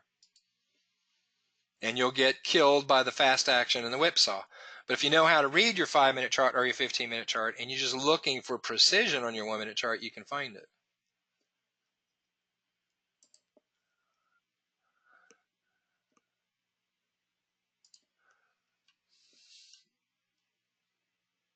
No, I don't want to delete it. I'll just move it back over here for now. All right, so advanced trading, no different. Got to do your risk position sizing, blah, blah, blah, blah, blah. Want to know your risk. No gambling. Brokers with tight spreads. Here, you're not as limited to this. See, this is a safeguard for that newer trader. Go for 10 pips, get out. Use a 5-pip stop loss. Go for 10 pips, get out. Use a 5-pip stop loss. Still want to use uptrends, downtrends, because that enhances your understanding of the statistics.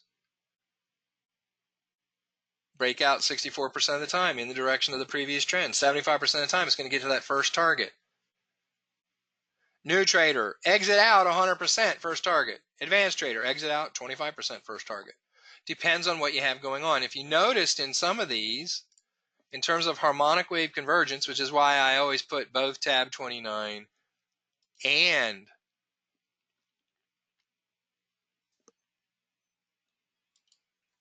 fast 33, or fast 33 and tab 29, this bounce off the pitchfork, this first bounce was what? It's a 30-minute convergence. Can't see that in fast because fast is limited to 15-minute. We know it's a 15-minute convergence. It went up. We got the red signal. Would have been 15-minute. But this was also a 30-minute convergence. A harder bounce. It should move farther. And ideally, it should at least go down to another 30-minute convergence. So I just boom, I should be able to get down to there.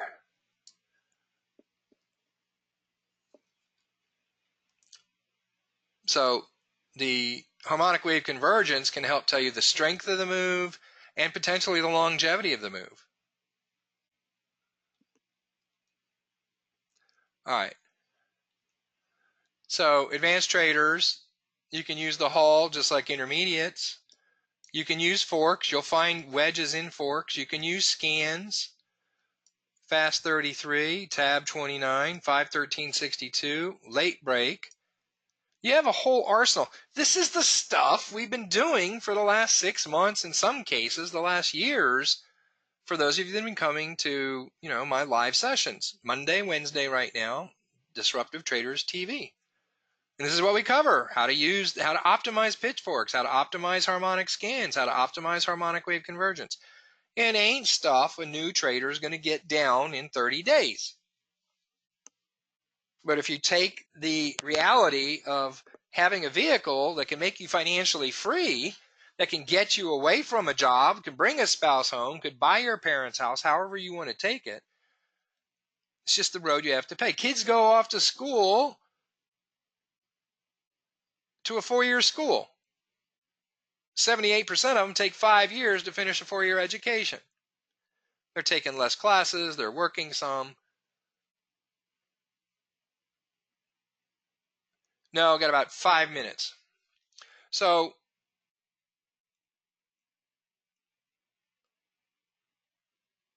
you can't spend 2 years to find financial freedom?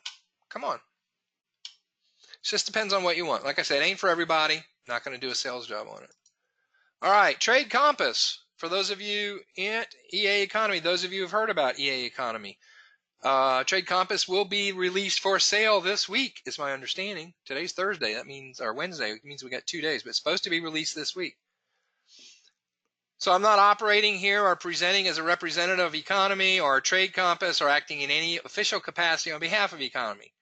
I'm just a trader, and I'm reviewing the product as one way or several ways the Compass Trade Idea Alerts may be utilized by those who wish to use the Compass Trade Idea Alerts to learn to manually trade or to complement their existing trading strategies. There's no right or wrong ways to trade Compass Trade Idea Alerts, only the ways that work best for you in achieving consistent profit, some of which may have been identified for you today, many of which have not.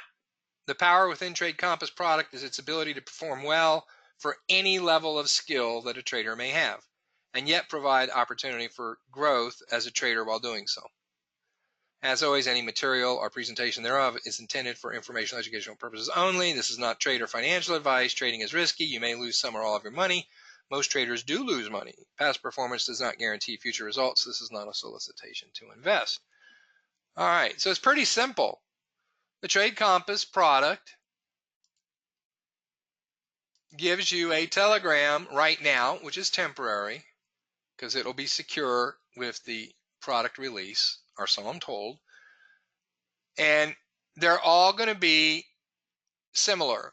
They're going to be an ascending wedge or a descending wedge. That's it. Only two things. It's going to have the pair, and they're always going to be on 15-minute charts, and it does give you a timestamp. Pretty simple.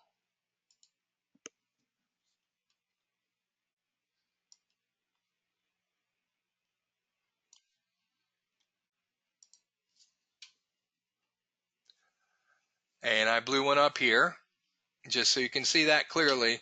Ascending wedge, Kiwi dollar, 15-minute, 345.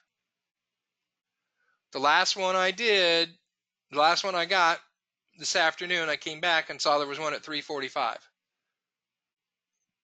So it was an hour and 15 minutes before we started. All right.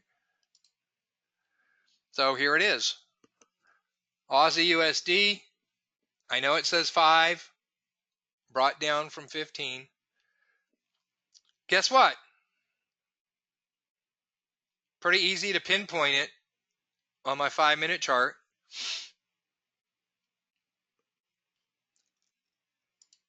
Those that have tab 29 or fast 33 can look at my 15-minute wave or my 5-minute waves. Hit, hit, hit, hit. That's a trade entry. Where's the wedge break? Here. What's my scale? This time 4 digits, because these are my charts. What's the scale? 2 pips. So if I got in here and the break is on that candle right there, 2, 4, about 5 pips. Jump start. Just using technology we've been going over now for, the last 6 months. Simple stuff. Didn't say beginners are going to get it, but if you've been hanging with me, if you've been hanging out a little bit, okay, you might not be able to see it. That is a big, long blue wick. So this is a very textbook. Remember, go for textbook looking. This is a perfect ascending wedge. And guess what? It's at the bottom of a little run here. This should break down. Decided not to. See, this is going to differ between beginners and advanced. The beginners are looking for the breakdown here. The advanced can go back and look. Now, here's the deal. The yellow line represents the alert. So, couldn't see this, couldn't see this. But once the alert was there and you put the wedge on the chart, you can identify it pretty easily. You can see this. You can say, okay, well, that was the trade. If that was the trade, what can I do? If that was the actual trade entry, I couldn't be there because it wasn't on the chart until here. Hopefully you can see that. 1545. 1545.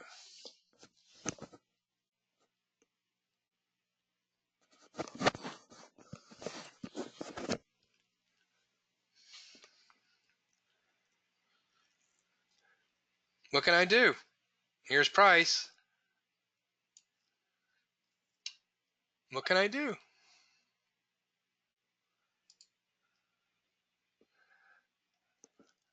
Can't see it here. Yeah, Nick, good. Late break. We already talked about this. I missed the trade. I don't have it on here, but I can guarantee it. Somewhere in here would have been a trade. Late break would have been breaking up past that bottom line on a candle close. Lots of tiny candles, so I could have got in. Would have been before the break.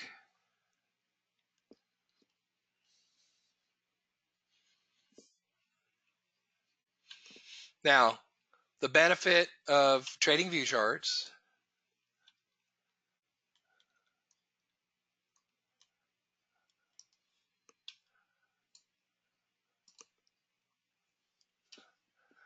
is I have my wedge on my 15. I got my wedge on my 5-minute, and I got my wedge on my 1-minute. And I only have to draw it once. Drew it on the 15, it appears on all 3 time frames. A little bit more insight on each one. Look at all this. It left. Look at all this crap in here. Now, when we got to the top here, look at a 5-minute chart. I might have had a little bit idea that we were petering out real quickly up here, because that's a 15-minute convergence.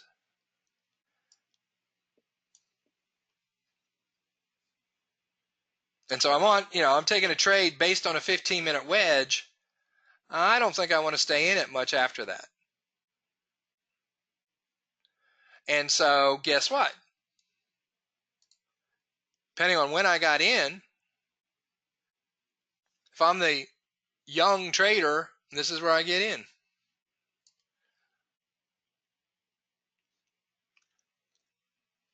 Five pip stop loss, who knows? If you're actually going to use that, I would tighten it up on this kind of small scale. But do they get to the stick? Do they get 10 pips? No. The advantage here, harmonic wave convergence, 15-minute, 5 into 15, it reverses. I can even trade this using the 5-minute bar just because the candles were so slow moving in there. A lot of indecision in here. Why was there a lot of indecision in here? Who could tell me?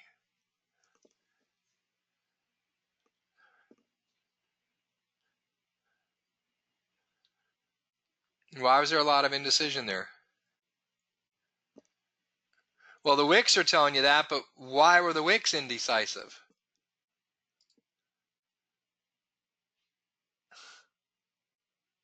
Somebody's got to get this.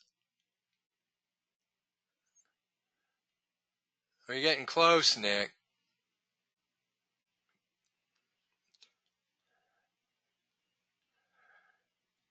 Troy, yeah, but that's not the way I would call it. Yeah, look, here's 1700. Look at your blue line. Session break, well, it's end of day. Not a time to be on the charts.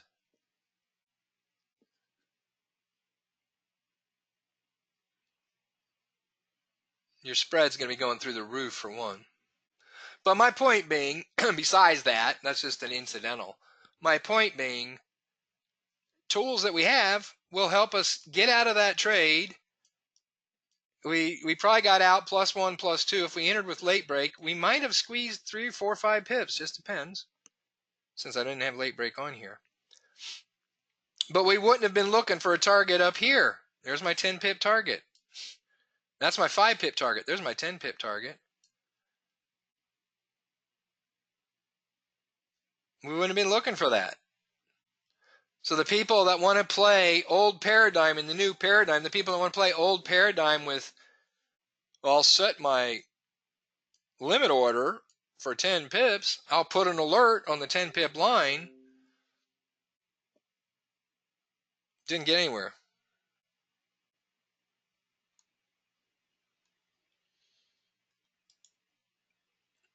So tools help. So this is a case where, this trader didn't get very far. How long are they going to sit in this trade? Now we're several hours, 15 minutes, every 4 is an hour. They either ditch it, they wait to get stopped out. I don't know what they're doing. They're not going to make any pips out of it.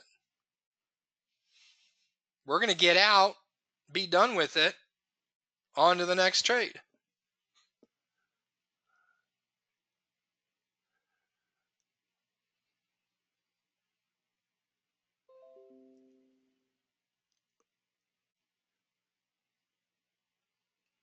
All right. Good enough, Tim. Appreciate your time.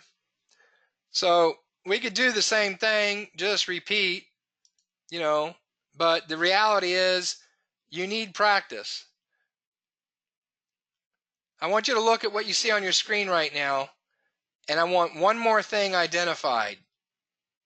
And when somebody identifies this little bit of help, we'll call it a day. It's not always help, but in this case, it might have been. Remember, as we go down in size, nope.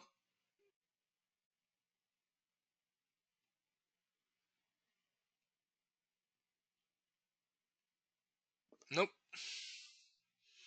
It's about RAS. It's about your eyes.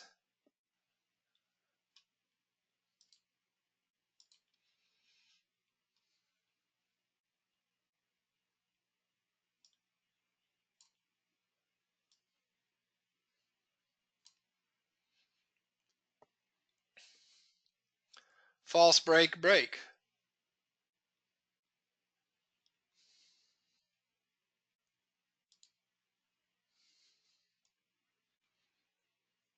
I can't copy with this tool, but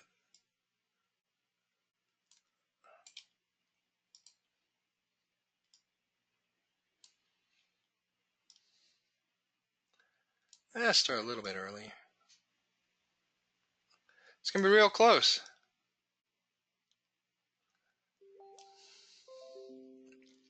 Measure it precisely, draw my lines a little better. 1 minute tiny wedge. Yep. All right, so we got out of here in less than 2.5. Let me do this real quickly. Whoops, not what I wanted to do. And then we're done. So tomorrow you'll have instructions about where you can post your wedge setups and or trades. You have to put disclaimers on them, but it's just cool stuff. We have all the technology in the world. A lot of you have been studying this all along. A lot of you haven't. A lot of you are brand new to wedge alerts. It's simple. 10 pip, stick, one or the other. Pick one, go with it. 5 pip stop if you got enough scale. Sometimes it could be smaller. Sometimes it might be a little bigger. Get in, get out, bank it, move on. Don't worry about, in demo trading, don't worry about wins and loses. Demo trading is all about learning what not to do.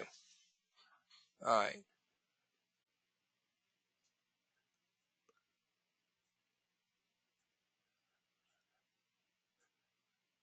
Nope, not for wedge trades.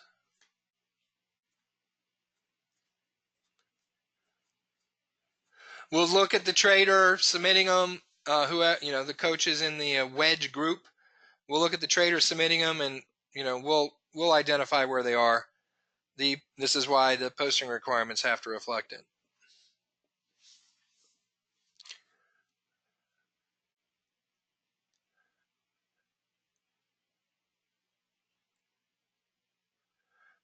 Yeah, if you saw 15-minute harmonic wave conversions coming on a 15-minute wedge, that's reason enough to exit.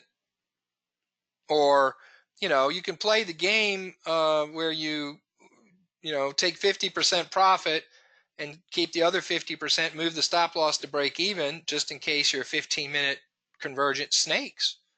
Might snake 15 pips.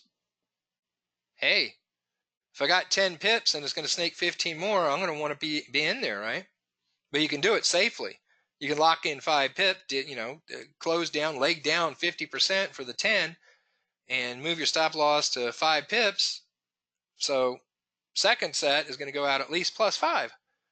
Now you have a little bit to risk in case that harmonic wave convergent slides or the price goes higher or lower. No, it's all going to be 15 minutes. The only way a lower level time period is going to be good is if you show the upper level time period. So if you want to show a 1 minute wedge, it needs to be on a 15 minute from a 15-minute scan. Now you can use wedges inside wedges. I was doing that the other day all day long, right? You can use a wedge inside a wedge. It'll help you sometimes to predict the break. Yep.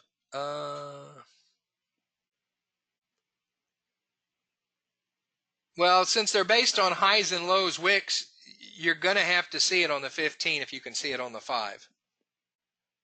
It's not going to be that kind of thing because you're using absolute highs and lows. You can't have a 5-minute wick that's taller than a 15-minute candle. You can't have a 1-minute wick that's bigger than a 5-minute candle at that point in time.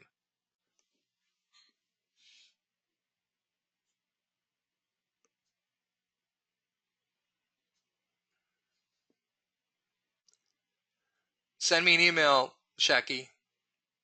Oh, okay. I haven't responded to him yet because I just haven't had time. I will do that tomorrow.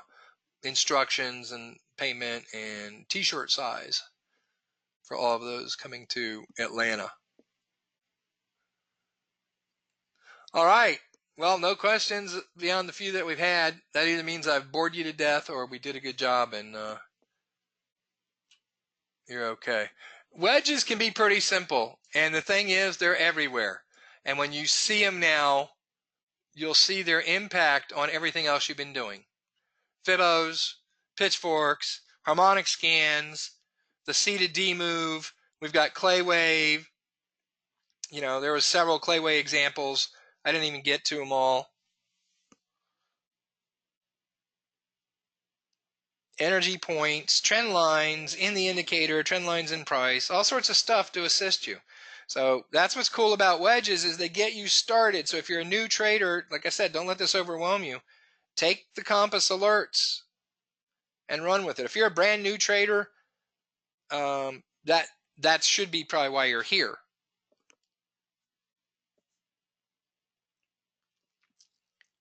If you've been trading for a while, wedges are going to be they'll complement anything you're doing.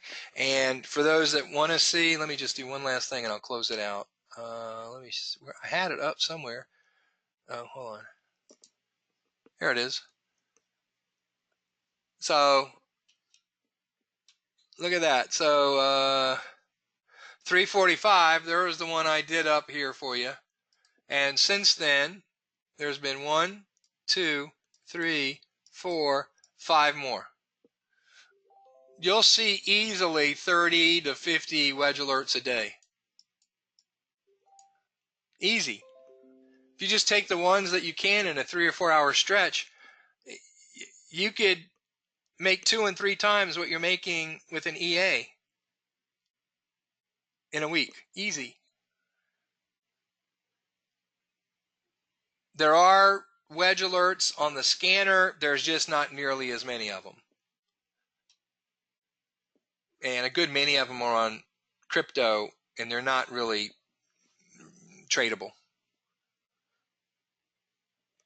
So yeah, there's tons of Compass has tons of alerts.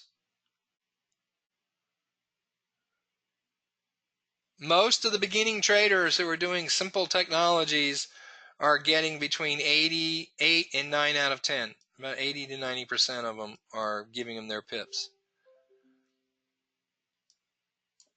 So pretty good. Yep, you just go to the pair and look for the wedge. That's why we're going to have wedge posts. I'll be doing some 2 or 3 a day, and I'm just going to have other traders do the same. And we'll show the alert. We'll draw the yellow line on the chart, and then we'll identify what we think is the wedge, and we post it. And that's what you'll do too. And that way, everybody's eyes will get better. It won't take but a week or two, and everybody will have really good eyes for spotting the wedges on those 15-minute charts.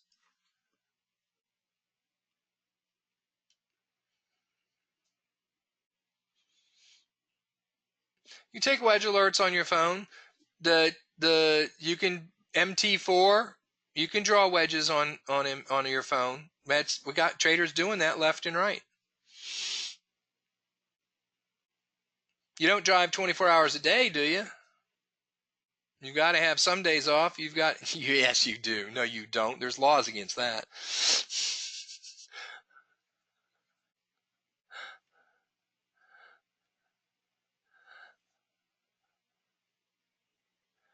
Oh, yes, I do.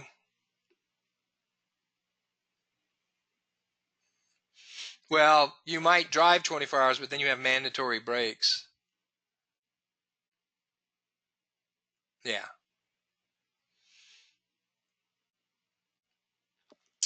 There's enough wedge alerts. You only need one.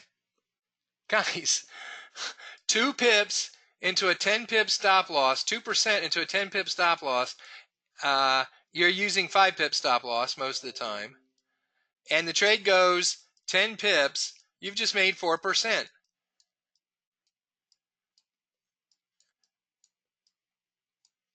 There's probably, these things go all day. Sunday night market opens, these things are firing off.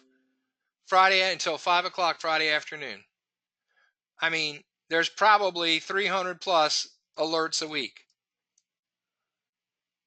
If you had 5 10 pip trades, you're making 20% a week, and that's just 5 trades, 5 out of 300. Past performance doesn't guarantee future, past results don't guarantee future results. You don't need many. And yeah, we talked about 5 pips a day, 1%. In this case, 5 pips a day would be 2%. And you're just time accelerating that path to being a multimillionaire, which used to take 24 months. You can actually do it in 12. So people are dismissing the value. See, this is why you have to understand compounding.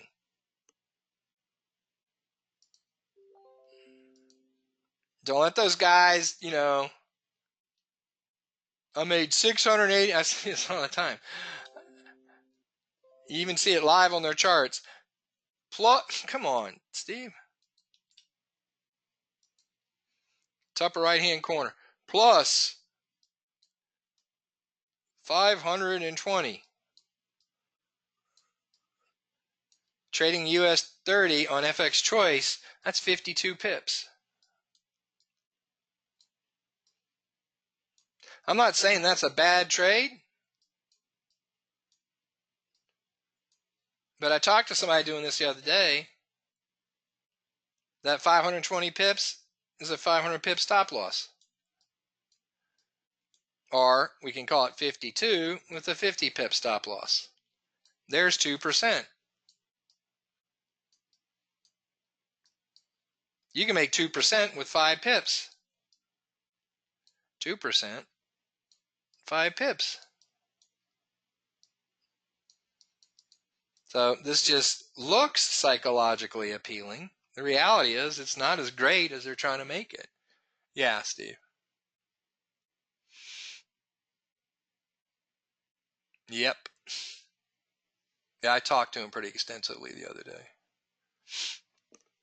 Anyway, no more questions. Let's get out of here. Y'all have a great weekend. I appreciate your time.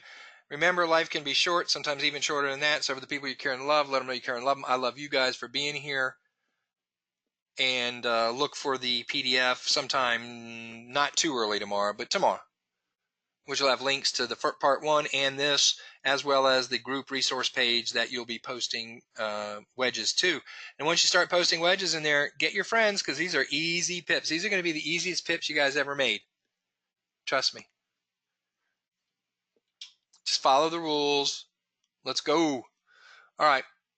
You guys have a great weekend. Checking out of here.